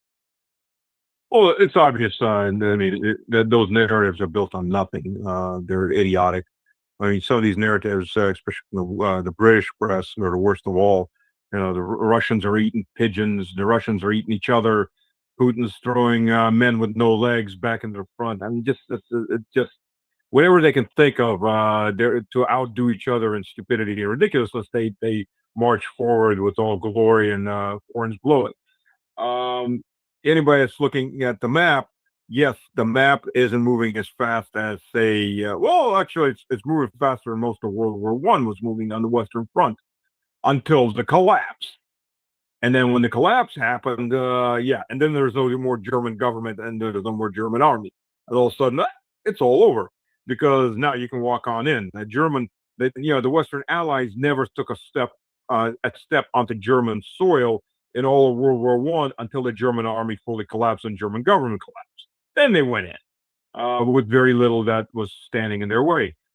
Now, the Ukrainian army right now they're throwing in whatever strategic reserves they have into around Dobropolye in Zaporozhye, not Dobropolye in DNR. They're two different cities or towns.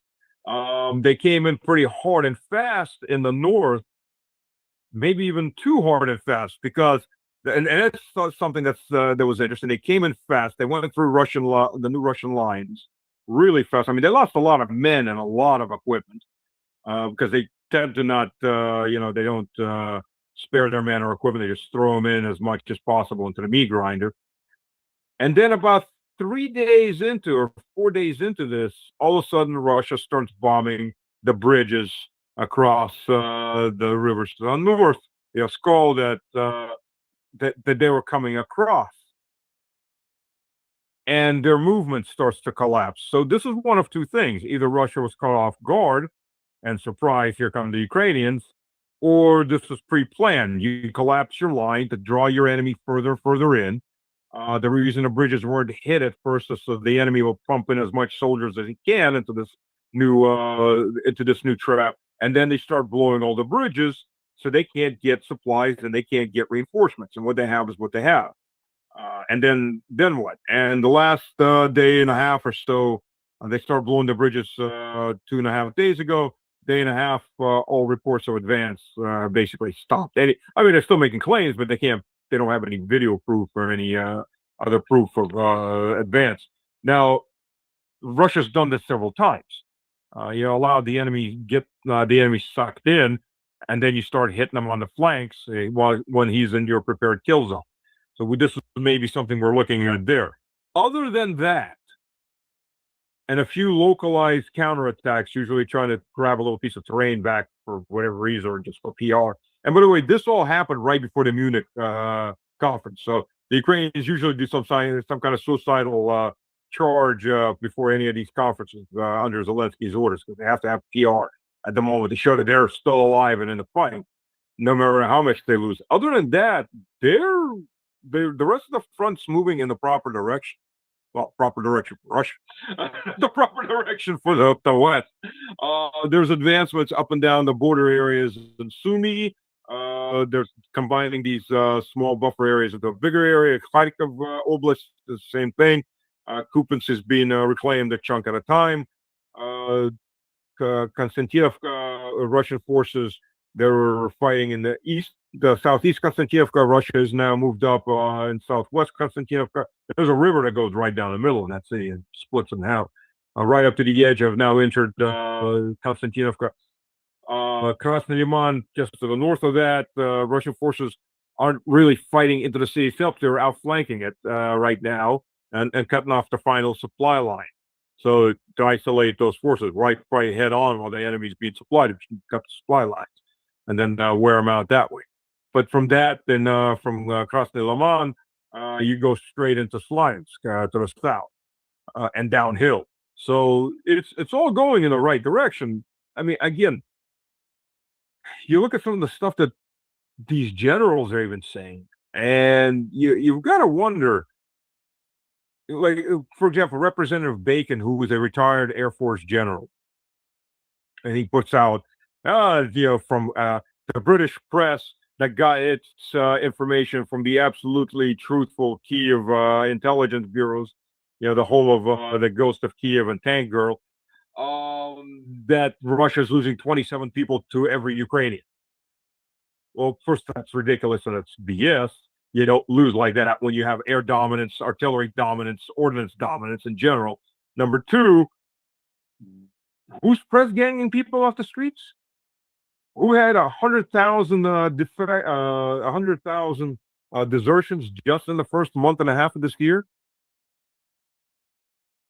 90%, by their own admission, 90% of their replacements right now are coming from press camps.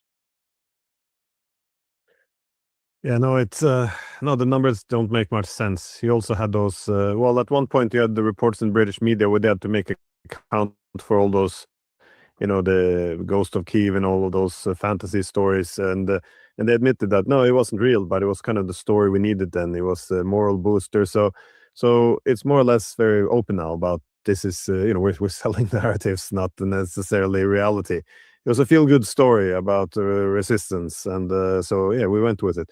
But it's problematic.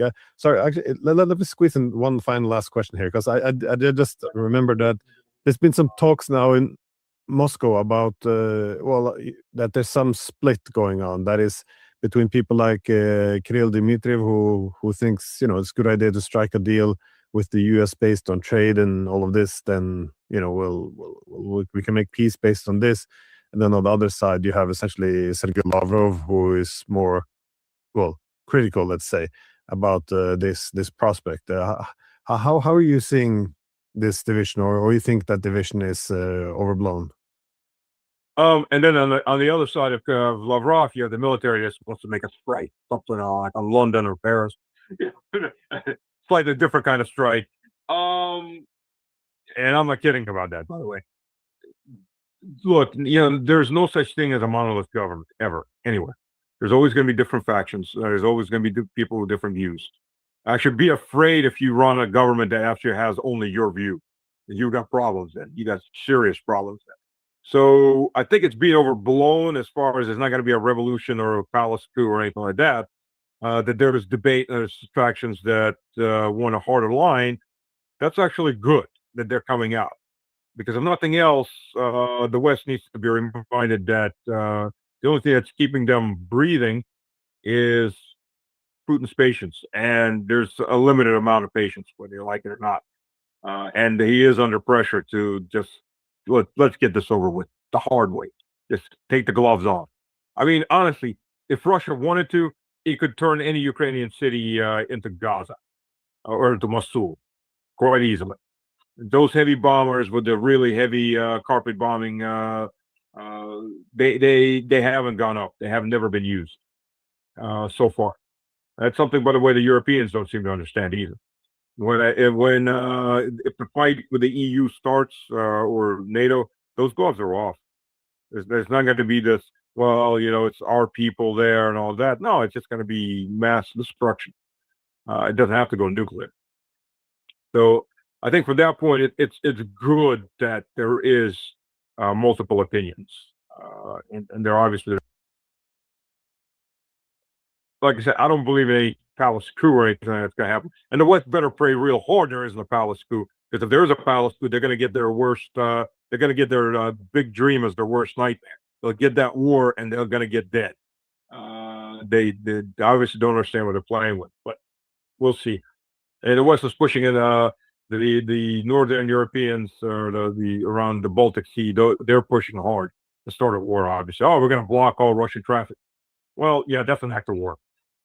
So when those tankers come through with armed Marines with man pads on there, take out your helicopters, you're going to sink the tanker. Okay, that's an act of war. Additionally, when it has a destroyer escort, especially if it's going through between, say, Denmark and Russia, that's easily covered by Russian aviation and missile fire, particularly out of Kaliningrad. Yeah, you're going to wake up to a very bad surprise real quick. So far, they backed off whenever Russian military here. Their bravado evaporated real quick, like with the Estonians. So as Su-35 showed up, fully armed. Hopefully it's just a Chihuahua barking. But if they decided there's a pack of Chihuahuas and we're big and bad, we're going to take the bear on, the bear's going to be having some dinner. Fresh Chihuahua. I mean, Estonia, if you look at Estonia, probably half the population is Russian.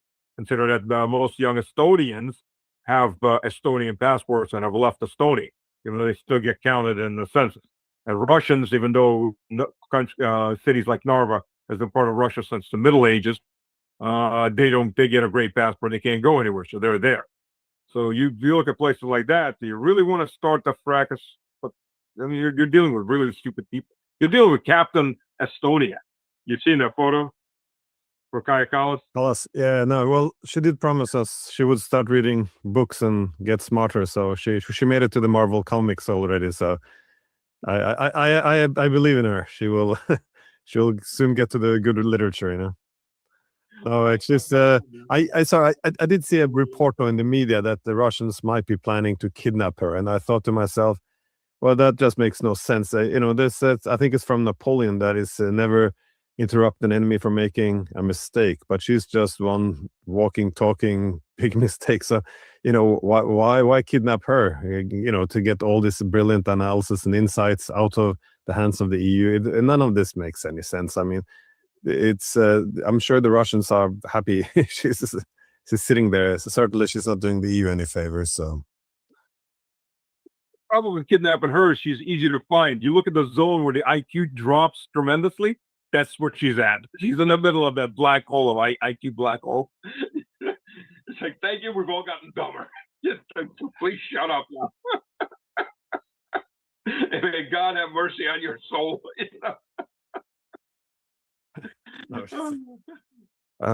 It's hard to believe sometimes this is real, you know. But yeah, this is who's a foreign policy chief now. This is the best we could get. It's very strange because, you know, across Europe there's a lot of good people. So good, the same as in the US. This is where you have the Mersheimers, the Stephen Walt. I mean, this is smart people, and you end up with this kind of drooling idiots. It's very sad, but it kind of goes back to your earlier point that this is often how you see that. It's the crap that often floats to the top. It's not a good sign of our time. So, anyways, I know you have a very, very big schedule today, so I'll let you go, and thank you very much for taking the time. All right, thank you. Thanks, Glenn. Always a pleasure. Yeah, bye. Take care.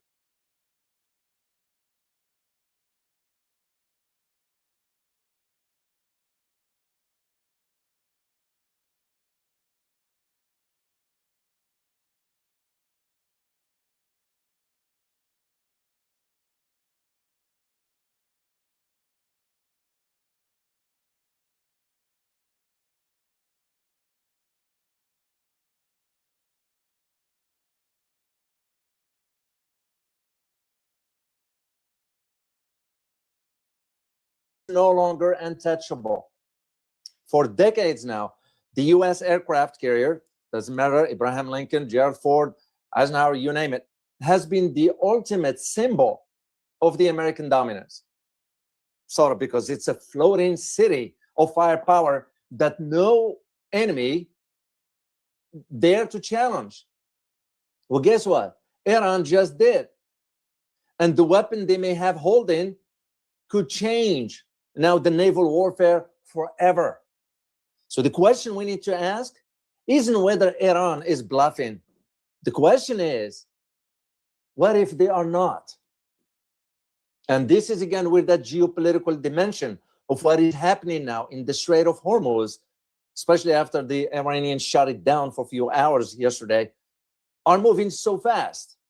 So right now, the world most critical oil choke point has been closed for a few hours, as I said yesterday. So Iran's missiles are pointing at the most powerful. Yeah, they are pointing at the most powerful warships ever built.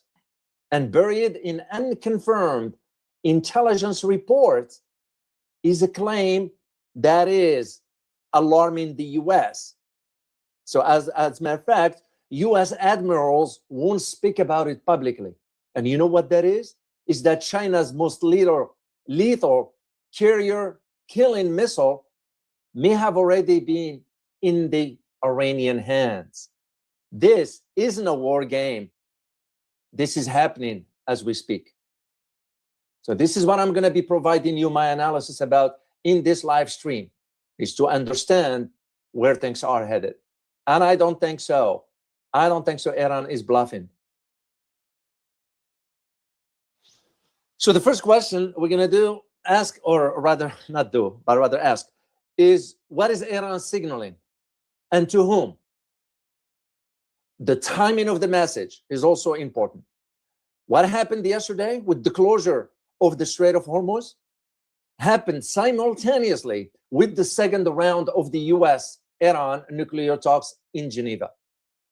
And this, in my opinion, is a classic coercive diplomacy.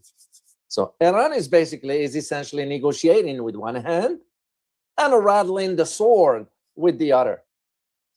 And almost like, if I could make it in a thumbnail, I would put a title that says, "We are willing to talk, but don't mistake diplomacy for weakness or desperation." That will be the sort of a subtext to Washington. Here are the two messages that, in my opinion, in my own analysis, the way I read the closure of the Strait of Hormuz. One is the United States to the United States, and the other one to Israel. To the United States specifically, the IRGC drills, which happened yesterday, sends a warning, sort of a message to Washington about Iran's ability to retaliate at sea to any strikes by the US or Israel for that matter, particularly given the US have now significantly sort of ramped up its naval deployments into the Middle East. That includes, of course, as you know, the USS Abraham Lincoln strike group within a striking distance of Iran. We have the Gerald Ford on its way. So when you take this into consideration, Ali Khamenei's threat to sink US carriers, it wasn't rhetoric. It wasn't sort of rhetorical. No.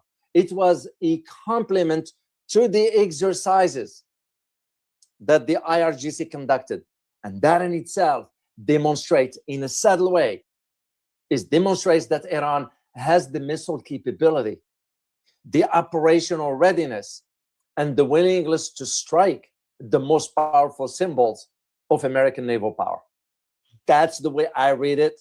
That's the way I read the message that is Iran is sending to the United States. And when you consider the type of missiles that Iran has, and I'm going to get into that as I move forward into my analysis here. You have the IRGC commander, what's his name? Mohammed Bakbour. I'm going to bring a picture of him because I have it. I just forget to upload it. Just bear with me here, guys, please. Yeah, Mohammed, not Mahmoud, I'm sorry. Mohammed Bakbour. Here's a picture. Here's the IRGC. And Mohammed Bakbour is the commander-in-chief of the Islamic Revolutionary Guard Corps, the IRGC. He was appointed by Ali Khamenei on June 13th, 2025. Why he was appointed? Because he succeeded Hussein Salami, who was killed in an Israeli strike. The point is, it's not about that. The point is that the IRGC commander even pointedly noted that the weapons that they reach the battlefield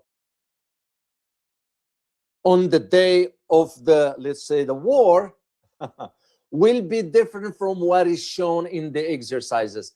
That's a subtle message by saying, this is just with the wind drills. To me, it's rehearsal. It's not even, it's rehearsal. And that in itself is a deliberate reminder that the drill was a preview, not of a full capabilities. That's the message Iran was sending to the United States. Now, the message that Iran sends to Israel, and the message, in my opinion, is more existential, more than anything else.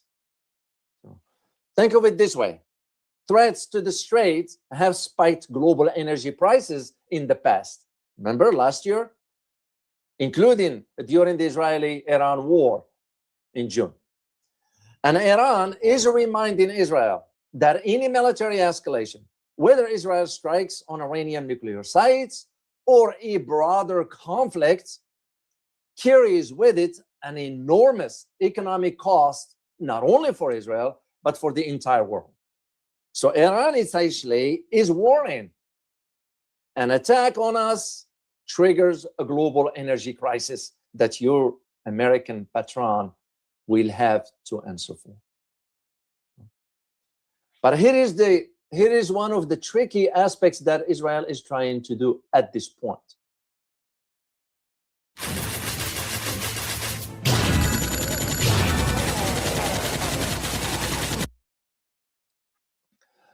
What Israel is trying to do, the traditional, Israel is seeking to embroil the US into confrontation with Iran. That means this time around, Israel won't want to take any part of it. They want to be behind the scenes. They want to be in the backseat. Let the US fight. When you consider the traditional military comparison clearly favors the US, I mean, we know this. But at the same time, the will to fight, we've seen it in Afghanistan. The will to fight, we saw it in Iraq. The will to fight, we saw it in Yemen, in the Red Sea with Ansarullah. So when you think about the military comparison, yeah, the US has in terms of budget and technology. But at the same time, Iran has two key cards that it can play when time comes. That's why Iran is not showing everything. The first one is the ability to threaten navigation in the Strait of Hormuz, shut it down completely, which, as I said yesterday, they shut it down for a few hours. That's just a few hours. It's just a settle away. The second one has to do with the ballistic missile arsenal. And I'm going to share some pictures with you here. Let's start with this one here. This is the Iran ballistic missiles. And I'm not going to go through the technical aspects of it. I just want you to see the range, okay? And the types of the missiles they have. We have this one here. You have a Hajj Qasim. That's the 1,300 kilometers. You have the Khubair. That's about 13 kilometers as well. Then you have Qadr, which is about between 1,350 and 1,950 kilometers. And you have Imad, which is about 1,750. My point is that the ballistic missile arsenal, which is estimated at around 2,000 missiles. Remember the keyword, estimated. Iran's not going to disclose the exact number. Yeah, no country does anyway. 2,000 missiles. And that with the possibility of some of them will penetrate Israeli and American defenses. We saw it last time. This time it will be on a higher level. And that is where you think about it. I know the argument. Closing the Strait of Hormuz is a double-edged sword. I understand that because it will raise prices globally. But it will also harm the Iranian economy. And have, of course, a major economic impact on the Asian market. So Iranians understand this. And this is why when I share a clip with you, I'm going to share a clip with you. They named the operation yesterday, Smart Way of Controlling the Strait of Hormuz. That's the name of the operation. But for the ballistic missiles, to Iran are the greatest source. They are to Israel the greatest source of concern. So, and of course to the American also, because all the American bases are within range of those missiles. I mean, think about it. The Iron Dome in Israel ain't gonna cut it. The Patriot missiles, they ain't gonna cut it. We're talking about a Mach 4, Mach 6 missiles, hypersonics. And this is where you have to understand this big picture. To the Israeli defense systems and the Americans, there's limitations. So for intercepting all those missiles, they won't be able to. Here is the broader geopolitical framework of what happened yesterday. And this isn't just Iran acting alone. Russia and China also deployed naval vessels to the Strait of Hormuz for joint maneuvers. Moscow explicitly framed the exercises as part of building a multipolar world order in the oceans. So Iran is signaling by this that it isn't isolated as the US claimed. It has great powers backing. And this time around, both countries, Russia and China, have sent some really advanced systems, just in case there is a military confrontation. Because this military confrontation won't be just the US versus Iran. No. It will be a broader confrontation with Russia and China and Iran access. So the bottom line to all this, when you think about it, Iran is threading some sort of a very, very difficult needle, if I may use the term here, or analogy that is. On one hand, domestically, it faces this protest movements, whatever, but it's done with. On the other hand, it deals with this US massive deployments and so forth. Where this is gonna leave us, we shall see. Let me play a clip for you here. Let me add this to the screen and I'll play the clip for you. Then, and I'll do the translation as we move forward here. Then we'll resume our conversation. Let's take a listen here. All right, you got to stop buying generic Viagra if y'all over 40. You can get 9 pills of 100 milligram generic Viagra for just $7. هذا وأفاد التلفزيون الإيراني أن القوات البحرية في الحرس الثوري بدأت اليوم مناورات. As it was broadcast on the Iranian TV that the IRGC conducted drills تحت اسم السيطرة الذكية على under the name of the smart control of the Strait of Hormuz. That's the operation's name. مضيق هرمز. وقال التلفزيون الإيراني أن الهدف من المناورات هو اختبار جاهزية. The purpose of the objective of this training, according to the Iranian TV, it's to test the readiness of the forces. الوحدات العملياتية للبحرية التابعة للحرس الثوري that the operations for the units that are part of the IRGC. الإيراني ومراجعة الخطط الأمنية. And also to review the planning, the security and military planning. وسيناريوهات العمليات And of course the scenarios of the operations. العسكرية في مواجهة التهديدات الأمنية والعسكرية. In face of the US continuous threats. المحتملة في مضيق هرمز. With the possible confrontation in the Strait of Hormuz. معنا في المتابعة من طهران مراسل الجزيرة عمر هواش. أهلا بك. Before I'll continue on this, the picture you are looking at, this is Abbas Arakchi, I'm sorry, sitting with Rafael Grossi. He is the head of the IAEA. I don't trust this guy. I know what he's been doing before.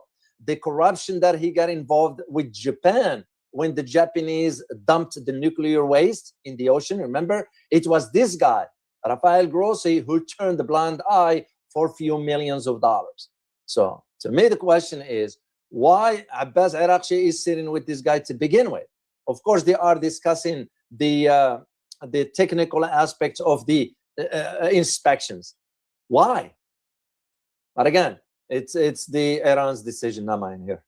All right, let's continue this one here. عمر ضعنا في سياق آخر التطورات.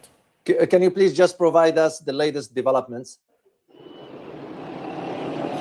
نعم عبد السلام، آخر التطورات هي في إيران وتحديدا في الجنوب عند مضيق. The major developments specifically not only in Iran but specifically in the south near the Strait of Hormuz. هرمز أعلن الحرس الثوري الإيراني عن بدء مناورات. And the IRGC announced the starting of the drills and so forth. I'm going to stop right here because that's basically just repeating what I mentioned to you earlier. And I need to continue on our conversation here. Now, the question that we ought to ask is, do Iran's naval drills in the Strait of Hormuz signal its possession of weapons that can sink U.S. aircraft carrier? It's worth asking. You know, don't fool by the pictures of some small boats going out and so forth. No. You have to go back to when the Chinese 16 cargo planes were coming to Iran. What did they carry with them? That will be one of those, because this is the carrier killer missile. That's why the US will have to think twice. And I'm going to get into these details here. So this is critical question. guys. We have to think in terms, because it gets to the heart of whether Khamenei's threats are substance or just a bluster. And I don't think, knowing what I know and the research that I did and so forth, Ali Khamenei doesn't talk emotionally. You know, he's pragmatic. I don't think so he's blustering. I don't think so he's bluffing. So Iran has real worrying anti-ship capabilities that the United States needs to worry about. So, of course, there are those who are saying, well, even if they do, whether they can actually sink a U.S. carrier is generally disputed. Well, yeah, of course, they're going to say that, because who wants to admit that the U.S. aircraft carrier, doesn't matter which one, is a sitting duck, a target? That's why you're going to hear some arguments that way. So Iran's anti-ship arsenal is the most sophisticated in the Middle East, just FYI. And of course, it has been expanding. And when you think about this, and I'm going to share the pictures with you of certain types so to have an idea. The Khalij Fars, which means the Persian Gulf missile. It's this one right here. Just briefly, I'll share a few things with you. This is a solid fuel anti-ship ballistic missile with a range of almost 300 kilometers, traveling at a Mach 3 or 4, making it difficult to intercept, and can carry up to 650 kilogram warhead capable of causing severe damage. Can you imagine this landing on an aircraft carrier? Okay.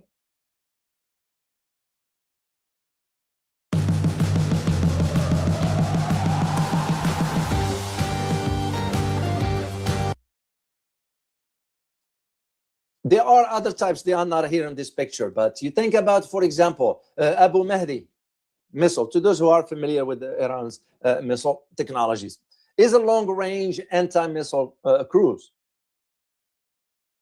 And the range of it is up to 1,000 kilometers. Because remember, where the US aircrafts are, there is one right here near Bahrain, and there's one in the Arabian Sea, and some up north here near the Mediterranean. All this is within range. Look at the range here of the Iran's ballistic missiles. That's why it makes more sense to think in terms of. Then you have mobile launchers and other types. You think about the strategic logic of all this, because the Strait of Hormuz is the key from an Iranian perspective. So, and that's going to get into how you're going to keep the Strait open and so forth. If Iranians shut it down, it's over. So far, that Iran's thinking is really narrow confines of the Strait of Hormuz, because that's what some geopolitical analysts call the kill chain. That's the kill chain approach to it. It's a very, very, very, very complex way of. We're not going to be detailing all this because that's not the purpose of this analysis here. So, what I wanted to share with you is that here in the West, some military analysts are really skeptical about Iran's ability to sink an aircraft carrier. Well, if I am to say this, or if they are to say this, how come the US moved the Harry Truman's aircraft from the Red Sea up north when the Houthis start launching certain types of missiles, especially after the visit of the Houthi delegation to Moscow? And when they came back, whether they brought with them some type of missiles that can sink an aircraft carrier. Because right after that, the United States went ahead and moved the aircraft carrier north. And I'm just saying, we have to think in terms of the big picture. So what is really Iran signaling here? Khamenei's term, which is specific when he said, and I quote here, more dangerous than the warship is the weapon that can sink the warship into the depth of the sea. End of quote. It's deliberate. It's measured.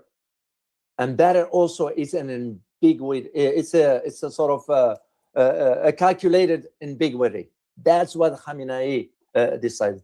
He didn't specify which types of weapons. Of course he won't. And this ambiguity itself is strategically useful. The US now will have to think. Do we go with everything? You bring the bombers, you bring everything. Where that's going to lead us? And remember, 2 countries already stated that they will come to the Iran's defense if ever Israel uses a nuke. Those are Pakistan and North Korea. And what Ali Khamenei, by saying what he said, he left the door wide open to the Americans to interpret it whatever, to the Israelis to interpret it whatever way they want. Because it could refer to anti-ship missiles, it could refer to a drone swarms, it could refer to naval mines, it could refer to submarines. We don't know. We don't know. And most obviously is the nuclear program itself. So that's the way I am seeing, because Iran has already sort of enriched uranium above 60 purity, which is a technical step for the nuclear grade. And that is why the way I look at these drills that took place yesterday in Hormuz are best understood not as a demonstration of a proven carrier killing capability that Iran has, but as a credible enough threat to impose enormous risk calculus for Washington. That's the way I see it. Oh, of course, Iranians understand the scale of the destruction that will happen if the US launch full-fledged attack.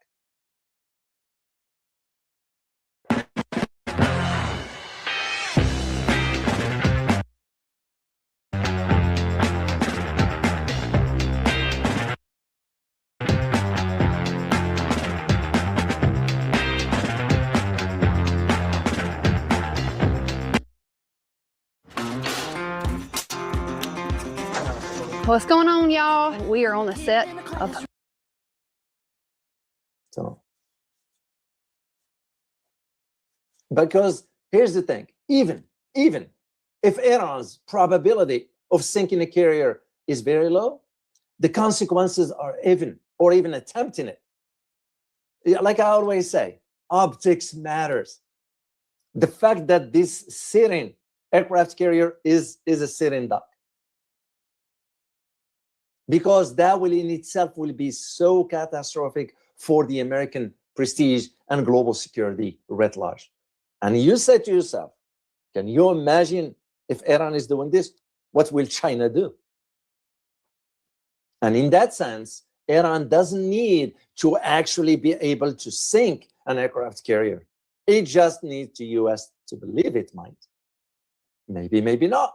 You leave your wild card for when you need it. Liking this video so far? Don't just be a watcher. Go ahead and hit the like, share, and subscribe button. And don't forget to tap the bell so you will not miss any of my videos or live streams. This way, you will be supporting a channel that stands for the truth and objective reporting. The choice is yours. Thanks for your support. Now, let's turn our attention to Russia and China, but mainly it's going to be China, because I'm going to be talking about certain types of Chinese weapons. Very, very, very important to understand. And this, to me, could Russia and China have supplied Iran with advanced weapons like the F-21, which is considered by many to be the carrier killer? And that's, to me, it's the most consequential and, of course, murky questions, because stuff like that is not going to come to the surface. But at least is a consequential in terms of the Middle East security landscape. So there have been a report. There have been a report. I I'm still waiting to confirm. So for now, I'm going to just share with you. And the reports that I'm going to share with you, those are from intelligence sources. Okay?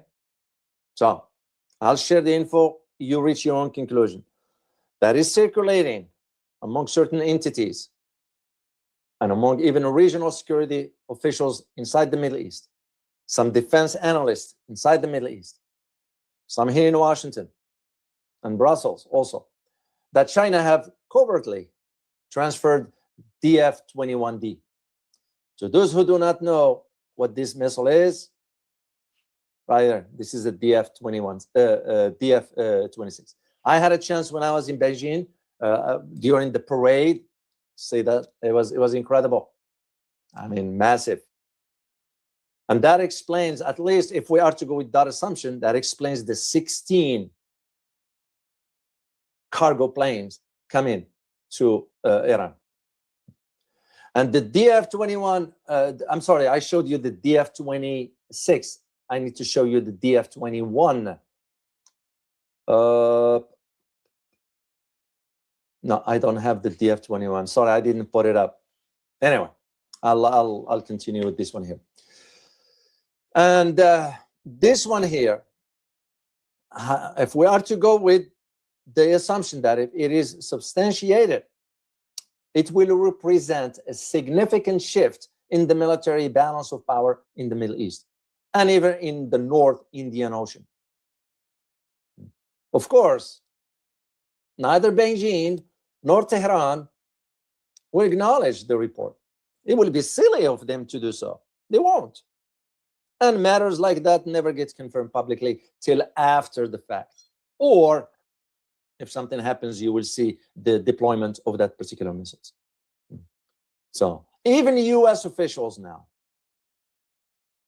are refusing to make public comments about it, because you have US naval officers are very concerned. There are others, on the other hand, that are saying, you know what? The possibility is being treated seriously within Western and regional defense circles. And why? Because of the strategic implications of it. This is not about just sinking a US aircraft carrier. The strategic implications of it. Because this will have a historical, unprecedented outcome. If and when Iran acquires the DF-21D missiles, it will mark the first known deployment of an operational anti-ship ballistic missile outside China. And that in itself introducing a capability previously absent from the Iran's missile forces. Now remember this picture here. This is the types of missiles. And if you add the DF-21D, that's just going to add another dimension to the conversation. Or you add even the YJ, Chinese missiles, or the YJ-21, the hypersonic. There is nothing that will stop these kind of missiles. Those are the Iranian missiles here. Or the YJ-12 anti-ship. This is the killers ones too. That's my point. It's just the significance of something like this. And that is why, by the way, the DF-21 is described as the world's first, here's the key, first anti-ship ballistic missile that has range over 2,150 kilometers and features some sort of a maneuverable warheads with deadly accuracy and capable of striking moving vessels like US aircraft carrier. That is what the scary part, or not the scary part, but the concerning part of the US about this one here. And this disclosure by the United States Naval Institute, because here is what they disclosed. And I'm going to share the link with you for that. The Institute, the United States Naval Institute, which is in California, by the way, conclude that one missile, one, could destroy a super carrier. Let that sink in. One missile, like this one here, for example, could destroy an aircraft carrier. And what is even worse is that the United States Navy lacks any means of reliably intercepting this type of missiles. Of course, as I said, the Western entities will not come forward and it's going to say, well, it's a highly contested, we don't know, they're just bluffing and all that stuff. For this one, I don't see Ali Khamenei just bluffing. Then the next question becomes is, why would China do this now? Why would China even do that? Because with this, Beijing will be taking an enormous diplomatic and legal risk by transferring the DF-21 to Iran. Because to the United States, they're going to say, well, China has violated the UN arms embargo provisions. And that in itself could invite US sanctions and potentially cross a red line for China. But this is what the great power competition is all about. China don't care to you. Regional deployments parallel China's missile expansion. North Korea, remember the Hwasong 16B, which they tested in 2024, was the first intermediate range missile confirmed to carry a hypersonic glide vehicle. Or how about the Russians? Oresnik, the IRBM. So, yeah, you just think in terms of, to the Chinese, it's now or never. It's the time for that, as China is already growing economically. It's a major power. It's making more sense because we did this after World War II. So now is the turn for another power. Because China may calculate that arming Iran could impose some sort of strategic cost. It's not good, but it will, in my opinion, strategic cost on Washington that outweigh the diplomatic risks, particularly as tensions over Taiwan intensify. Always remember that. We are holding that card. So to Chinese, it makes more sense. Yeah, why not? We'll deal with the diplomatic fallout. But it also is going to change the calculations, strategic calculations for the United States.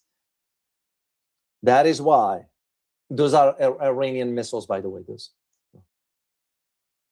And these are Chinese. Once again, I wanted just to share with the community here. Yeah, we don't have anything that can intercept this sorts of types of missiles. Then you add the angle of the joint military exercises. The fact that Russia and China participated in the Strait of Hormuz drills alongside Iran signals the transfer. Yeah, that's the transfer. Maybe to whatever level, the tactical knowledge, the doctrine, the targeting support, which is already happening, even if hardware hasn't moved yet. Once again, you're going to have to see the big picture of this.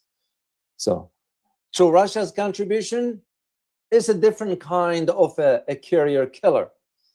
Russia's role is equally concerning to Washington, but it takes a different form altogether. Rather than transferring ballistic missile technology, Russia is likely to share with Iran the hypersonic cruise missile technology. Because remember, Iran already and domestically developed the Fatah hypersonic missile, which was unveiled in 2023. That in itself, that missile, to those who are familiar, bear a striking resemblance to the Russian hypersonic designs. And this is why, at least for now, the major challenge to the US is the DF-21D. And if you add the 21, this one right here, the DF-26, which is the ICBM, this one here anyway. Those are the main challenges now to the US. Because it's we have nothing to counter it. So think about it. A salvo that involves multiple ballistic or cruise missiles from different vectors could complicate interceptions efforts. You know, Iron Dome stands no chance. The David Sling stands no chance. All Israel defense system stands no chance. And that in itself will particularly confine the maritime environment, meaning the fights will take place, the fighter jets, missiles, and the maritime environment. And that is, again, where you have to think about where this is going to. So, and to me, the way I look at it is that, remember, just for you to know, the developments of what China has developed. You think about these developments of these formidable array of advanced anti-ship weapons, which designed for one specific objective, and that is to counter US naval superiority in the Indo-Pacific, or the Asia-Pacific rather. That's why the Chinese went ahead and developed the hypersonic glide vehicles, the long-range ballistic missiles. So that's what their name known as the carrier killers. So, as a matter of fact, yes, as a matter of fact, the DF-26, the one I showed you right here, that one has a range of about 4,000 kilometers. The DF-21 has a range of 2,150 kilometer range. And the YJ-21 and the YJ-15, those are hypersonics. YJ-15 right here. And YJ-21. Those are hypersonics. And this is exactly where the challenge is. The hypersonics missiles will stand no chance. We have nothing to counter that. And this is, again, if you think about these developments, to put it in perspective. And this is why the Iranian leader Ali Khamenei said what he said without saying it. That's the subtle message. It is my conclusion for you. When you think about the Geneva negotiations that is going on, they're taking place, which is the indirect talks between the US and Iran. They're taking place under the shadow of warships and maneuvers, with each side, the United States and Iran, each side entering the room, sort of waving their cards. The purpose of it is to extract concessions. So between Washington's gunboat diplomacy and Tehran's fear of a repeat of the past regional scenarios, the situation now remains open, in my opinion, to three possible paths or scenarios. One is a painful compromise for both sides. Two is a limited military strike will withdraw the rules of negotiations. It's not the geopolitical landscape or the security. No. The rules of negotiations. And number three, a slide into a wider confrontation that goes beyond the nuclear issue to the balance of power in the entire region, meaning West Asia or the Middle East. Just if Iran deploys the advanced Chinese systems. This is, again, what I want you to understand, how a Chinese weapon in Iran's hand is going to change the calculus. And the US will have to think twice now about how much can we posture. Yes, you might end up deploying the B2. You might end up deploying the B1, the Lancer, and so forth. But also remember, Iran didn't show all its cards. We don't know. And the big picture of them all, if Iran followed the same path North Korea did, we wouldn't be having this. And it's going to be at some point inside the system, inside the hierarchies in Iran, somebody is going to mention the word, maybe it's time to go fully on declaring the nukes. Exact path North Korea did. And once North Korea declared that, the US had to shelve all the military scenarios that they were planning or thinking and stopped threatening North Korea. So to me, it's just a matter of time. Someone inside Iran is going to say this. Remember, inside the Iran system, there are those who will undermine aspects. Remember, corruption exists everywhere. You take certain members of Iran's government, to my knowledge, which we've been aware of, their kids are studying elsewhere. They're not living in Iran. They're living elsewhere. So even the current ones, and maybe one day I'll do a video for you and share some names. So it's not classified. It's just not everybody will know. Suffice it now to understand is where the key element of Iran's upper hand regarding what's going on in this part of the world. In Bahrain, right here, you have the Fifth Fleet of the US within range of Iran's missiles. Will have to, whatever they need to do. And you have everything else within range of Iran's missile. Just look at the map here. And we give credit, by the way, to Al Jazeera for this particular picture here. All right, that's all I have to share with you. I wanted to, as I said, for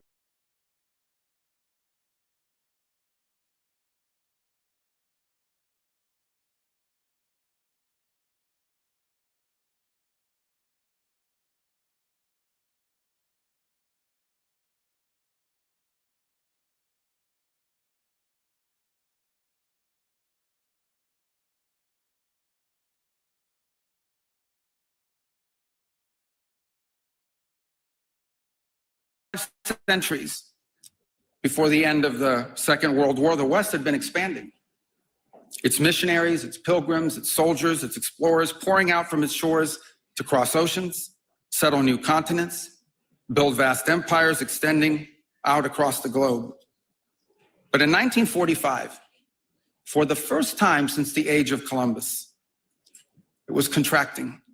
The great Western empires had entered into terminal decline, accelerated by godless communist revolutions and by anti-colonial uprisings.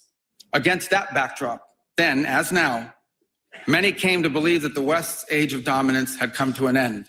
We in America have no interest in being polite and orderly caretakers of the West's managed decline.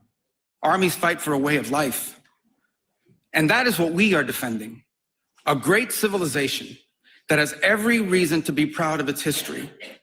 And this is what President Trump and the United States want to do again now, together with you, to revitalize an old friendship and renew the greatest civilization in human history. Today in the 21st century, it's taken for granted that we live at a time when formal colonialism has ended. There are still forms of indirect colonialism and neo-colonialism, but we're told we live in a post-colonial era. Over hundreds of years, the European empires colonized the vast majority of the planet. And even as recently as the end of World War II in 1945, much of Africa and Asia was still colonized by the European powers. However, in World War II, the colonial empires of Europe and Japan destroyed themselves, and from the late 1940s until the 1970s, there were national liberation struggles and anti-colonial movements took power all across Africa and Asia. This was the era of revolutionary decolonization, and it was successful in most of the world. There were some exceptions, so the US empire today still maintains a dozen colonies, including Puerto Rico, which is the world's oldest continued colony, as well as many colonial so-called territories in the Pacific Ocean. Likewise, the French Empire still maintains many colonies in the Pacific and the Caribbean, and even the UK, which lost the vast majority of its empire in the anti-colonial struggles. Despite that, the UK does still maintain many small colonial territories, including, for instance, islands in the Caribbean, which are tax shelters, and also the Malvinas Islands off of the coast of Argentina. However, the vast majority of these colonies are tiny island nations with very small populations, and the Western empires have lost the massive colonies that they still had at the end of World War II in places like India, Pakistan, Bangladesh, Vietnam, Indonesia, and all across Africa. So the reason I'm getting into these details here is what I'm emphasizing is that even though decolonization was not 100% complete, and there still are some colonies, the vast majority of the world was able to free itself from Western colonialism and Japanese colonialism. Decolonization from the late 1940s throughout until the 1970s, this was one of the most important periods in modern history. However, what we're seeing today in the 2020s is an attempt by the US empire to reverse that period of decolonization.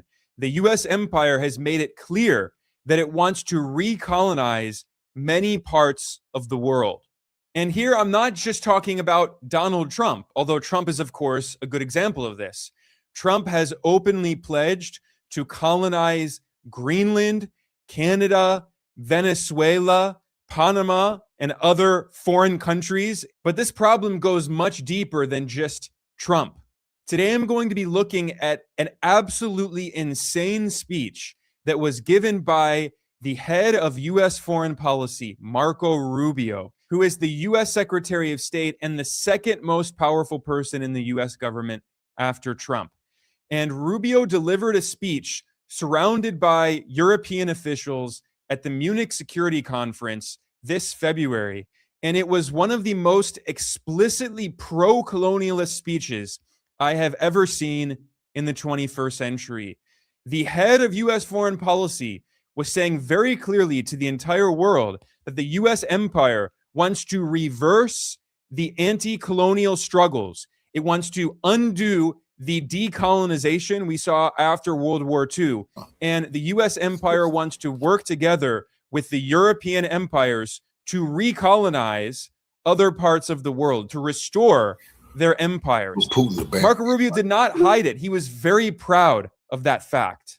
Listen to how, in this clip from his speech, Rubio praises the European empire. And you haven't heard one word from the congressional black shoe shiners, those bug dancers. They probably talking about this, but they can't. They can't go against U.S. imperialism. They're full war all over the place. They get paid. It was always rich house niggas throughout the world, even during slavery. These are the bougie motherfuckers who helped put the world in bondage. These are their descendants who sitting down being quiet right now as Marco Rubio talking about enslaving the world. They have said nothing. Empires for colonizing the global south, especially the Americas. He speaks positively of the vast empires that extended across the globe, and Rubio complains that decolonization led to the decline of Western global dominance. And as I'll show later in his speech, he wants to revive that imperial dominance. Listen to this crazy clip. For 5 centuries before the end of the Second World War, the West had been expanding. Its missionaries, its pilgrims, its soldiers, its explorers pouring out from its shores to cross oceans, settle new continents, build vast empires extending out across the globe. But in 1945, for the first time since the age of Columbus, it was contracting. Europe was in ruins. Half of it lived behind an iron curtain, and the rest looked like it would soon follow. The great Western empires had entered into terminal decline, accelerated by godless communist revolutions and by anti-colonial uprisings that would transform the world and drape the red hammer and sickle across vast swaths of the map in the years to come. Note how the US Secretary of State portrayed decolonization as something evil, led by godless communist revolutions, he said, and he demonized anti-colonial uprisings. And he also claimed that they were draping the red hammer and sickle. And drape the red hammer and sickle. By the way, the hammer and sickle are not red. The hammer and sickle are yellow, and they're on a red flag. The flag is red, not the hammer and sickle. But of course, Marco Rubio doesn't know many basic facts about history. The point is that he's portraying the anti-colonial struggles of the Global South as an evil communist plot. And then continuing in his speech, Rubio says that the Western imperial powers must unite. They must strengthen the transatlantic alliance between the US and Europe in order to recolonize the world, to bring back those empires. Against that backdrop, then as now, many came to believe that the West's age of dominance had come to an end, and that our future was destined to be a faint and feeble echo of our past. But together, our predecessors recognized that decline was a choice, and it was a choice they refused to make. This is what we did together once before, and this is what President Trump and the United States want to do again now, together with you. And this is why we do not want our allies to be weak, because that makes us weaker. As if it weren't already obvious enough that Rubio is praising Western colonialism, in the next part of his speech, he tells the Western leaders that are sitting around him at the Munich Security Conference that they need to stop apologizing for the colonialist crimes against humanity that they committed in the Global South. This is why we do not want our allies to be shackled by guilt and shame. We want allies who are proud of their culture and of their heritage. But if they won't allow Germany to say that, Germany can't say that. You don't be ashamed of what you did in World War II. That's crazy. Outrage. You get fired for saying that. You can get deplatformed. You get banned. But Marco Rubio is telling the world, hey, don't be ashamed of enslaving those niggas and stealing all their shit, killing them, raping them. No, you don't have to keep apologizing for that. That's what he's saying. And like I'm saying, we prospected our clowns like this. But why the hell is the congressional black bootlickers who supposed to be our leaders, why they ain't hit the streets yet? Why they not in front of the Capitol saying, hell no, we will not go along with imperialism. We will not recolonize the world. We will not do to the world what was done to our ancestors. Where they at on that? They not saying a motherfucking word. That's disgusting. That's disgusting. Who understand that we are heirs to the same great and noble civilization, and who together with us are willing and able to defend it. For we in America have no interest in being polite and orderly caretakers of the West's managed decline. We do not seek to separate, but to revitalize an old friendship and renew the greatest civilization in human history. Instead of feeling guilt and shame about the horrific crimes they committed against the Global South, Rubio insists that the Western imperial powers should be proud of their colonial heritage and their noble civilization, and they need to renew the greatest civilization in human history through strength. I mean, this is not just a dog whistle. This is a car horn where the head of U.S. foreign policy is saying we should be proud of our colonial history and we should revive those colonial empires. Now, defenders of Rubio might argue that I'm misrepresenting his comments. But later on in the same speech, Rubio referred to what he called the purported sins of past generations. And the only fear we have is the fear of the shame of not leaving our nations prouder, stronger, and wealthier for our children, not one that exists to operate a global welfare state and atone for the purported sins of past generations. By using the term purported, Rubio is calling into question whether or not they actually are sins. What he's saying is that the Western colonial empires did not actually commit crimes. He is totally whitewashing the horrific history of colonialism in which the Western imperial powers colonized the vast majority of the world. They killed hundreds of millions of people, not just tens of millions, hundreds of millions of people were killed. They enslaved many millions more. They carried out the most atrocious crimes against humanity.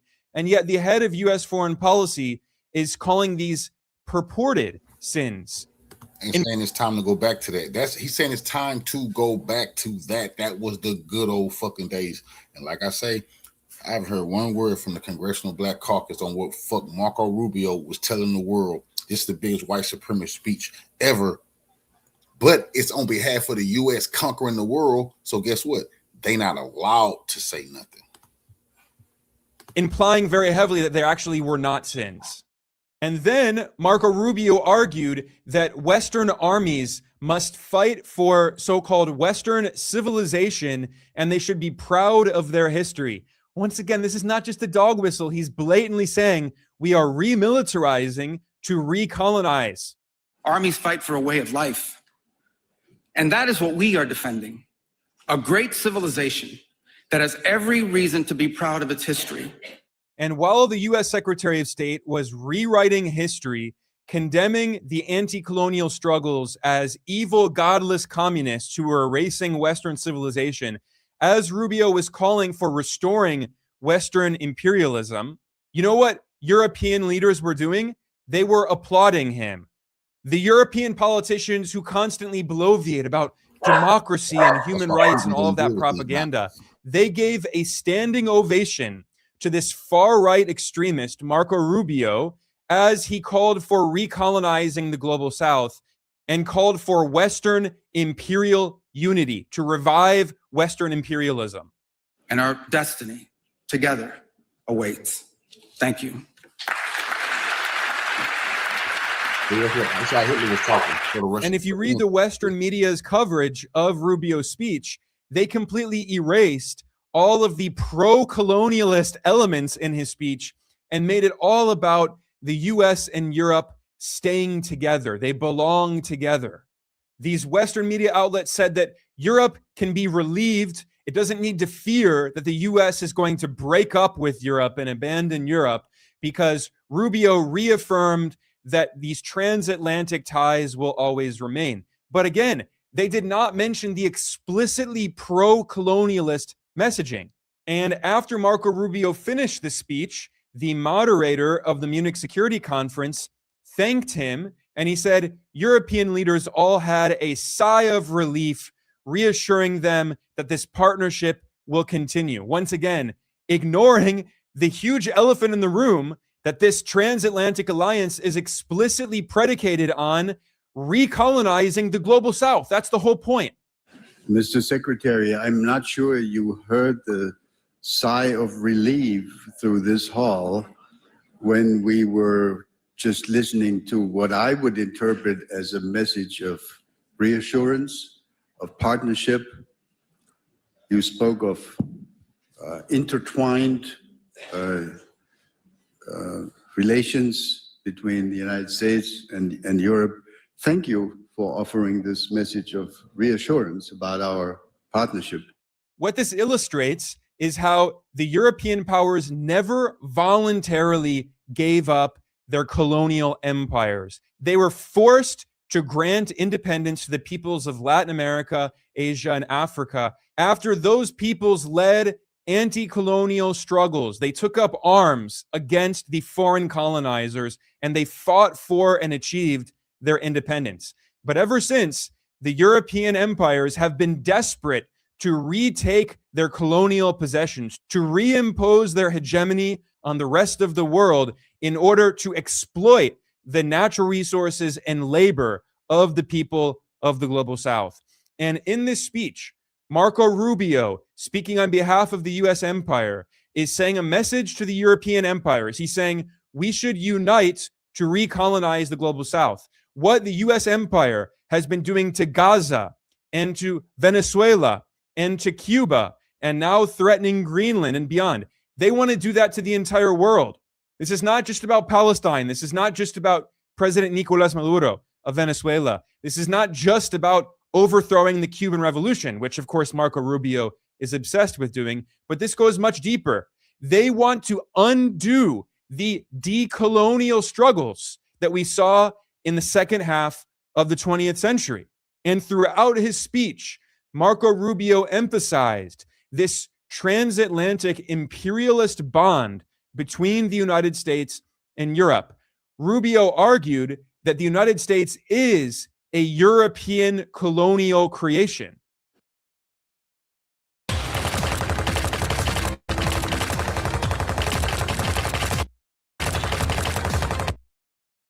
For the United States and Europe, we belong together.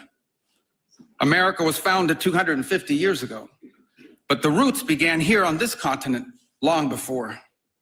The men who settled and built the nation of my birth arrived on our shores carrying the memories and the traditions and the Christian faith of their ancestors as a sacred inheritance, an unbreakable link between the old world and the new. We are part of one civilization, Western civilization.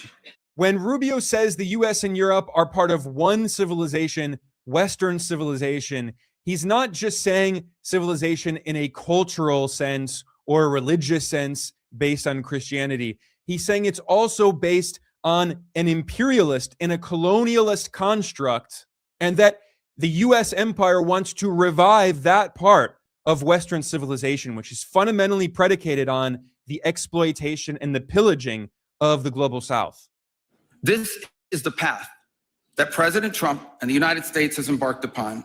It is the path we ask you here in Europe to join us on.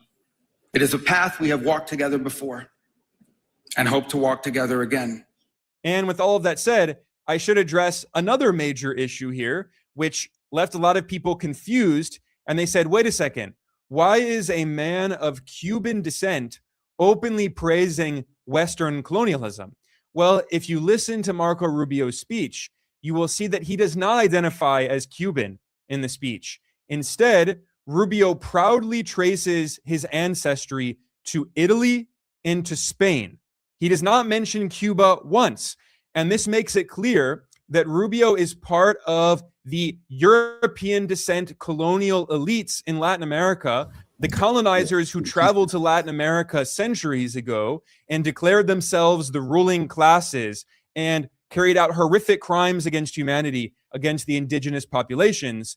Rubio identifies with the colonizers, with the conquistadores. He does not identify with the people of Cuba, the indigenous people. He certainly does not identify with the other indigenous peoples of Latin America and the Caribbean. He identifies with the European colonizers who also founded the United States. Listen to his remarks here. Because for us Americans, our home may be in the Western Hemisphere, but we will always be a child of Europe.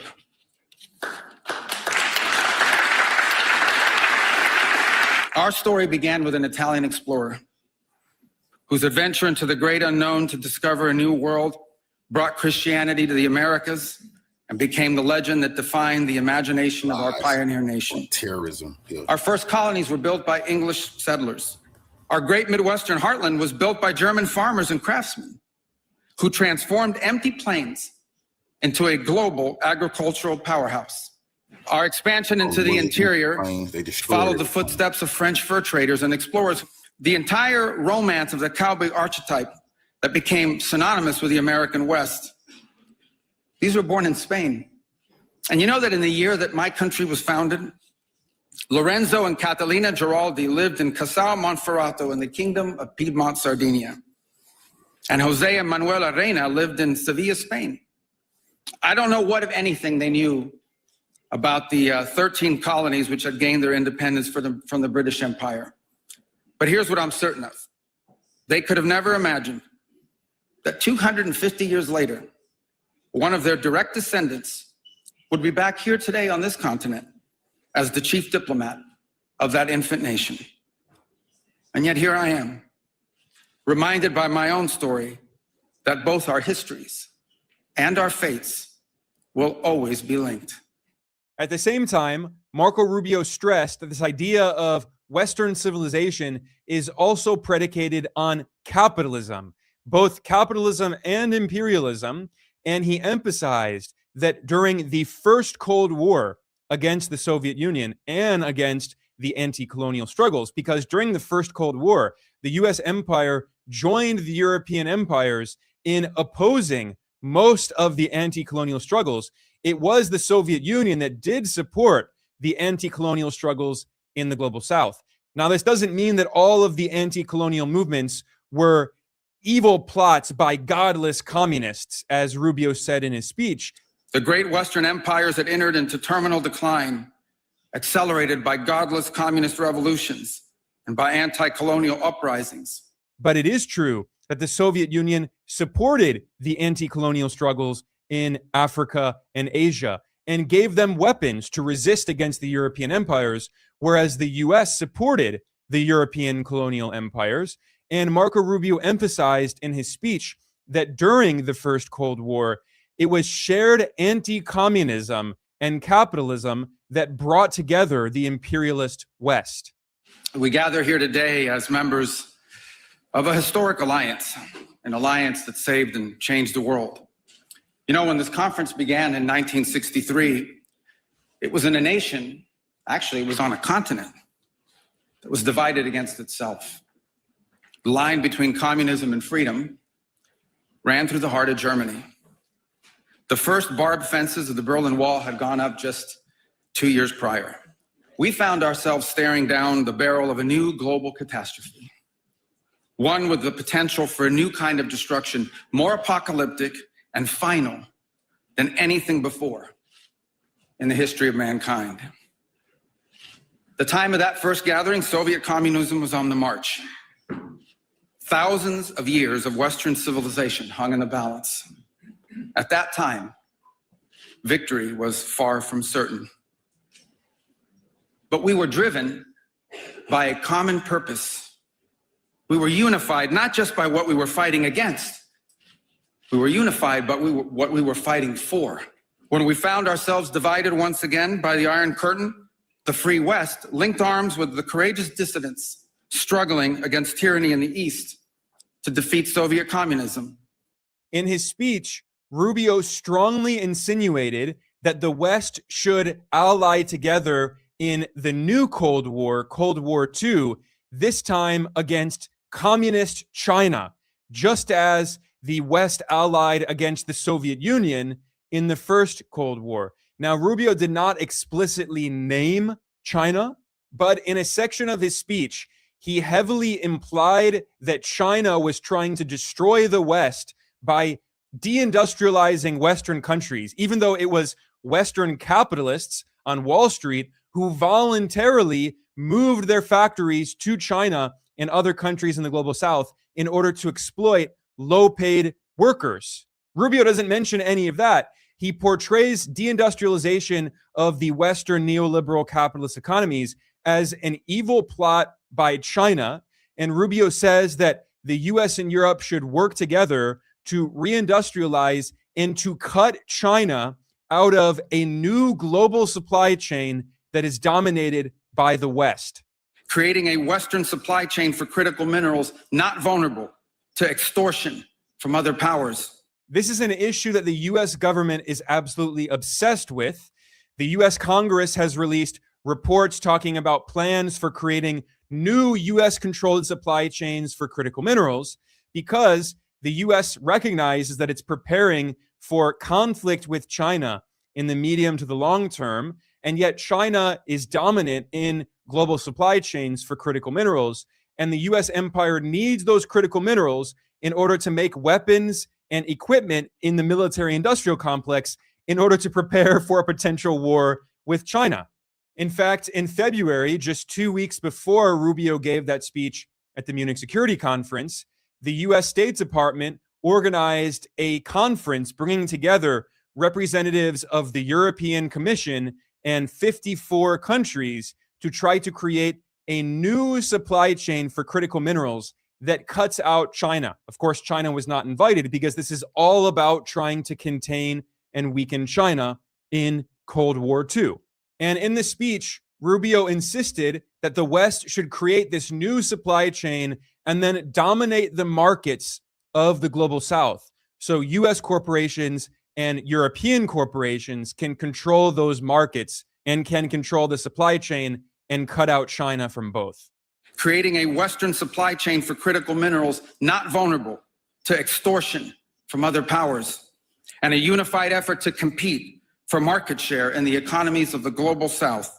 Together, we can not only take back control of our own industries and supply chains, we can prosper in the areas that will define the 21st century.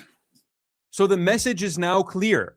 What is the goal of the US empire? It is to reverse the decolonization that we saw in the second half of the 20th century, to drag the world back to the 19th century of colonialism. This was made very explicit by the second most powerful person in the US government, Marco Rubio, who's not only the Secretary of State, but also the National Security Advisor for Trump. And Rubio's pro-colonial diatribe could not have been any more different from the speech delivered by China's Foreign Minister, Wang Yi. The model of international relations that China is promoting is the polar opposite. China is trying to defend decolonization, and China is promoting a more multipolar world based on multilateralism and win-win cooperation and respect for the sovereignty of small countries. Again, I cannot emphasize this point enough. If you compare Rubio's speech and Wang Yi's speech, they are the exact opposite. The US wants to bring back colonialism and Western hegemony, and China wants to oppose imperialism because China has been a victim of imperialism. During the century of humiliation from 1839 until the revolution in 1949, China was partially colonized by numerous Western powers and Japan. China was invaded many times by the Western powers and Japan. And China has done everything it can since the revolution in 1949 to defend its sovereignty and to resist imperialism and Western and Japanese hegemony. And I want to briefly look at the highlights of the speech that China's Foreign Minister Wang Yi gave, so you can see for yourself what I mean. Wang Yi initiated the speech warning that we are seeing the law of the jungle and unilateralism have gone rampant, which is a clear reference to the US empire invading Venezuela, bombing Iran, colonizing Palestine. And China emphasized that this is why President Xi Jinping created the Global Governance Initiative in order to reform global governance institutions based on 5 principles: sovereign equality, international rule of law, multilateralism, a people-centered approach, and real tangible action in order to build a more just and equitable global governance system. And in order to do this, China emphasizes that we must revitalize the United Nations system, which it noted is rooted in the history of the fight against fascism and imperialism. China refers to World War II as the World Anti-Fascist War, and after it ended in 1945, the UN was created. China acknowledged the UN is not perfect. There are many problems with the UN, especially the fact that it is dominated by the US and the Western powers. However, China emphasized that the UN is important because it remains the most universal intergovernmental organization. In the UN, each country, regardless of its size or wealth, has a voice and a sacred vote, as well as obligations and equal rights. Without the UN, the world would revert to the law of the jungle, where the strong prey on the weak.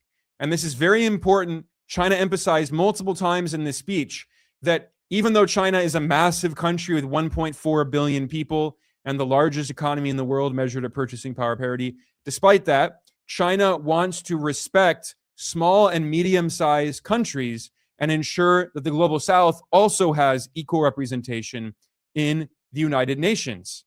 And Wang Yi emphasized the problem is not the international system itself. The problem is not the United Nations, but rather a certain country, he said. And we all know what that certain country is. It's the United States. He noted that the United States is destroying the United Nations. The US is seeking to magnify differences and disagreements, putting itself above everyone else, stoking bloc confrontation, and reviving the Cold War mentality. Now, China uses this phrase often. What they're saying is the US is trying to drag the world back into a new Cold War. And I would say that we already are in a new Cold War. An IQ of 85 to 115 is considered average in the US. But China opposes that. And China says that instead of having unilateralism and imperialism and a new Cold War, China proposes win-win cooperation. And China says multilateralism should always be upheld. Wang Yi then emphasized that, quote, the monopolization of global power by a small number of countries is unpopular. We live in a multipolar world and need to practice true multilateralism. There needs to be greater democracy in international relations.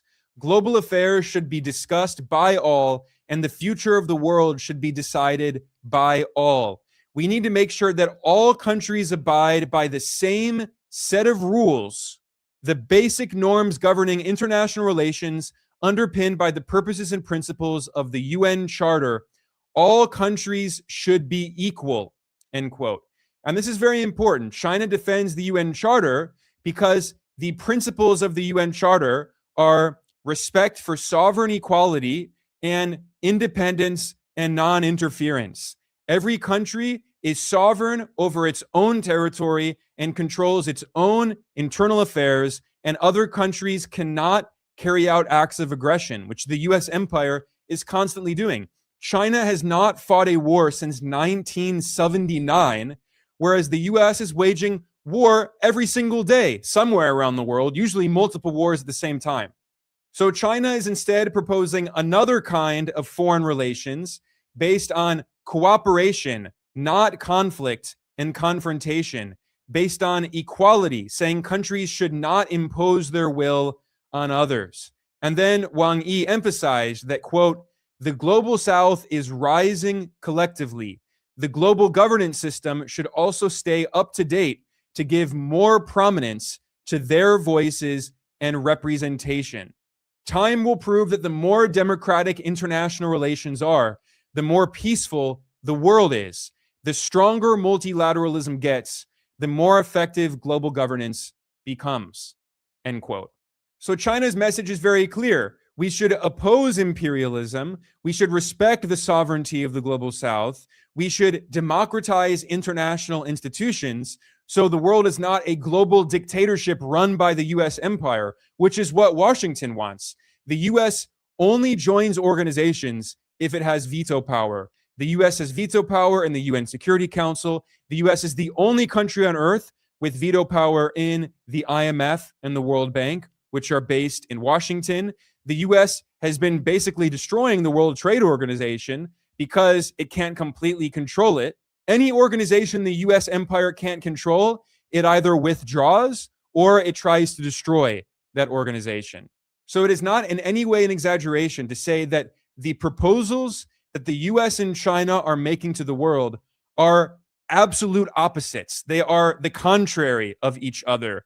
The US empire wants to revive Western colonialism and unite the US and Europe by exploiting the rest of the world, the majority of the population that lives in the global south. That is the global majority, 86% of the world population. China, a global south country that was colonized for 100 years by the Western powers in Japan, China wants a new global order based on opposition to imperialism, based on multipolarity, true multilateralism, respect for sovereignty, and non-interference. And this is why it's obvious why so many countries in the global south are supporting China's vision and opposing the US empire's vision.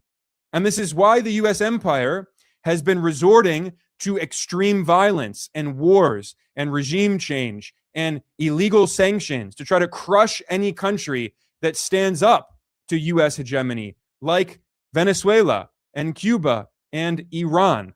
This is the central contradiction in global politics today. If you understand that, you can understand most of what's happening in geopolitics today. On that note, I'm going to conclude. I am Ben Norton. I am the editor-in-chief.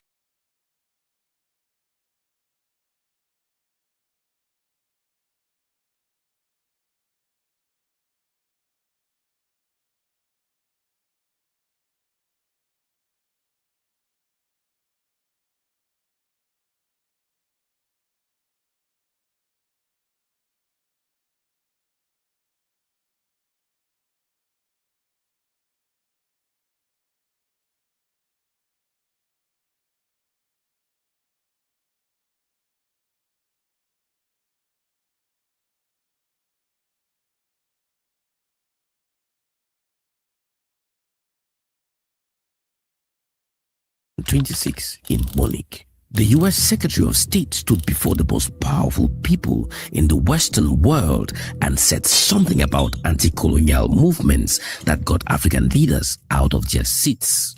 Now, a few hours later in Addis Ababa, at the African Union Summit, South Africa's president walked to a microphone and replied.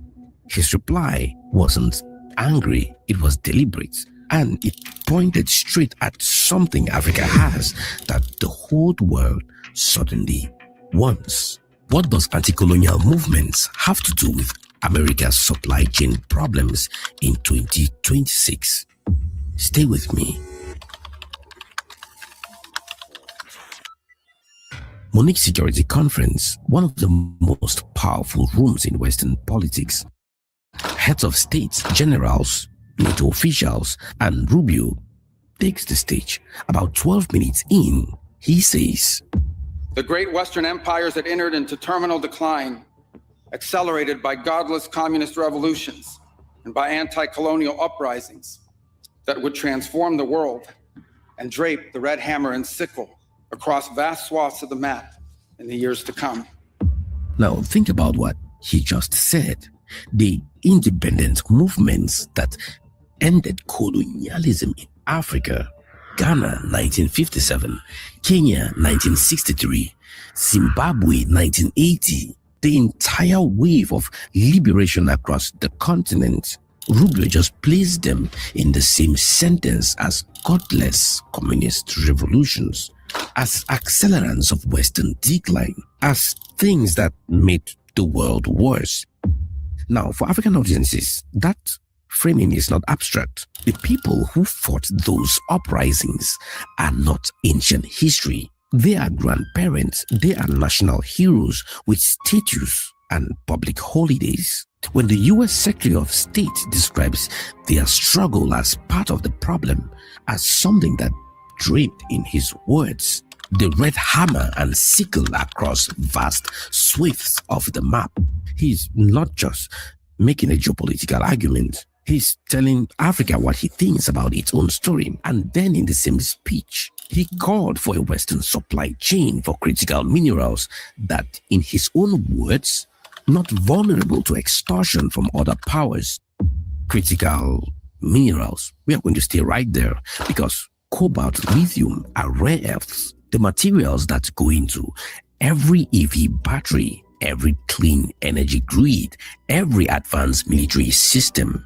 About 30% of the world's proven reserves of those things are sitting in sub-Saharan Africa. The DRC alone supplies roughly 70% of the world's cobalt. So when you hear we need Western supply chains for critical minerals, you are essentially hearing we need Africa's resources on our terms.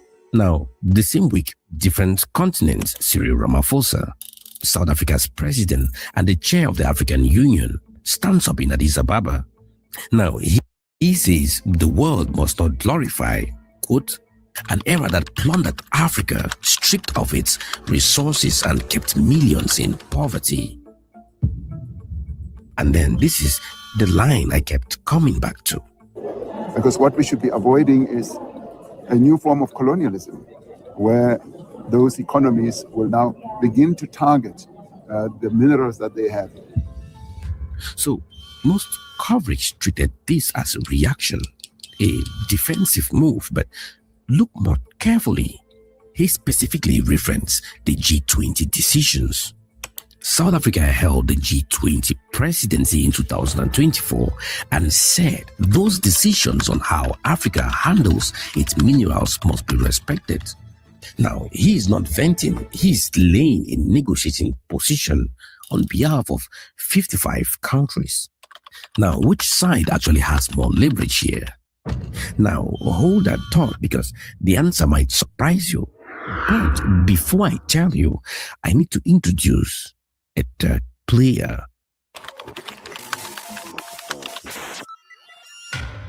Someone most coverage completely ignored. Same summit, same week, Italian Prime Minister Giorgia Meloni. She walks into the EU and announces that Italy will convert the debt of vulnerable African countries into direct investment, not loans to repay investments. Similarly, we've introduced specific debt suspension clauses into our bilateral loans, allowing African nations affected by extreme weather events to free up fiscal space to help their population and rebuild essential infrastructures. Now, she also introduces something called climate shock clauses. If a country gets hit by a major drought or flood, it can pause its debt repayments to protect its own fiscal space. And this wasn't her first time on this topic. A few years back, before she was Prime Minister, she held up a CFA franc note in a TV interview and called it a colonial currency, arguing France was using it to drain wealth from African economies. Now, I'm not making Meloni a hero. Italy has its own history in Libya and Ethiopia, and analysts have noted her CFA numbers weren't perfect. But the point is this: when a sitting Western Italian Prime Minister can walk into an African Union summit, attack a French monetary system, and offer debt relief within a single breath, it tells you the West is not a single bloc. It's competing interests, competing strategies, and Africa can use that space. I need women to know that you're not limited to anything other than living your life.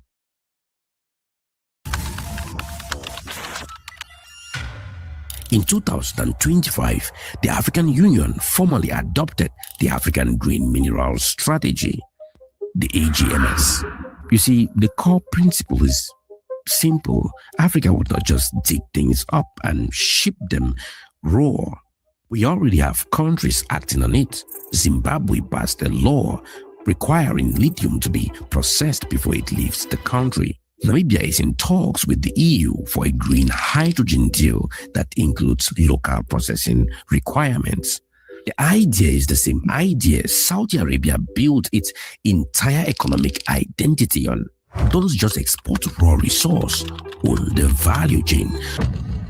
Now, Ramaphosa keeps using the phrase, I think it captures the current reality better than any statistic. He says Africa must stop being exploited for its, quote, rock, soil, dust. That's the current deal. And the AGMS is the formal rejection of it. So the question isn't whether the strategy exists. It's whether enough countries can hold the line when a big deal is on the table and the pressure to compromise starts coming in.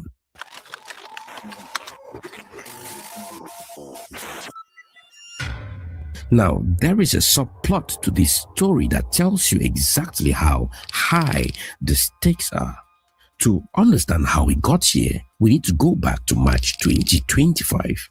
Almost a year before Monique, the US expelled South Africa's ambassador, Ibrahim Rasool, reportedly because of his public criticism of the Trump administration's Africa policy.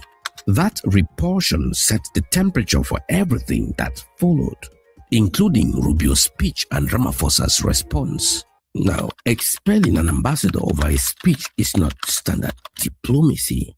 It tells you this isn't just a policy debate. There is ego, posture, and power projection in the mix. South Africa hit back. Senior ANC figures called Rubio's claim about their G20 presidency untrue and fake news. You see, when governments are expelling ambassadors and cabinet ministers are publicly clashing with the world's most powerful governments, you are watching a shift in posture, not just a diplomatic spot. There is an African proverb that says, until the lion learns to write, every story will glorify the hunter. Ramaphosa's speeches, the green mineral strategy, the pushback on the CFA franc, these are Africa learning to write. Whether the next chapter is shaped by policy alone or also by African investors and entrepreneurs who move before the foreign players lock in the value chain, that's still open. Now, here is the thing Rubio's speech accidentally gave us. When the US Secretary General of State is publicly framing African minerals as a national security priority, that's information. And that tells you exactly how these minerals are worth. The question is, who is paying attention and who is moving? The next time you read a headline about Western investment in Africa or Chinese presence in African mining, ask yourself one question. Where in the value chain is Africa sitting? At the top, where value is created? Or at the bottom, where the rock gets dug up and shipped? That question gets through more noise than any political speech. We will keep watching this. There are deals being signed right now in Johannesburg, Windhoek, Lusaka, Kinshasa, Yaoundé that will shape what Africa's industrial map looks like in 2040. And I'll be right here decoding it. You are watching Africa Today, and this is the Strategic Lens. I'm Ason Wedris. I'll see you in my next video. Bye. Kofi, follow me.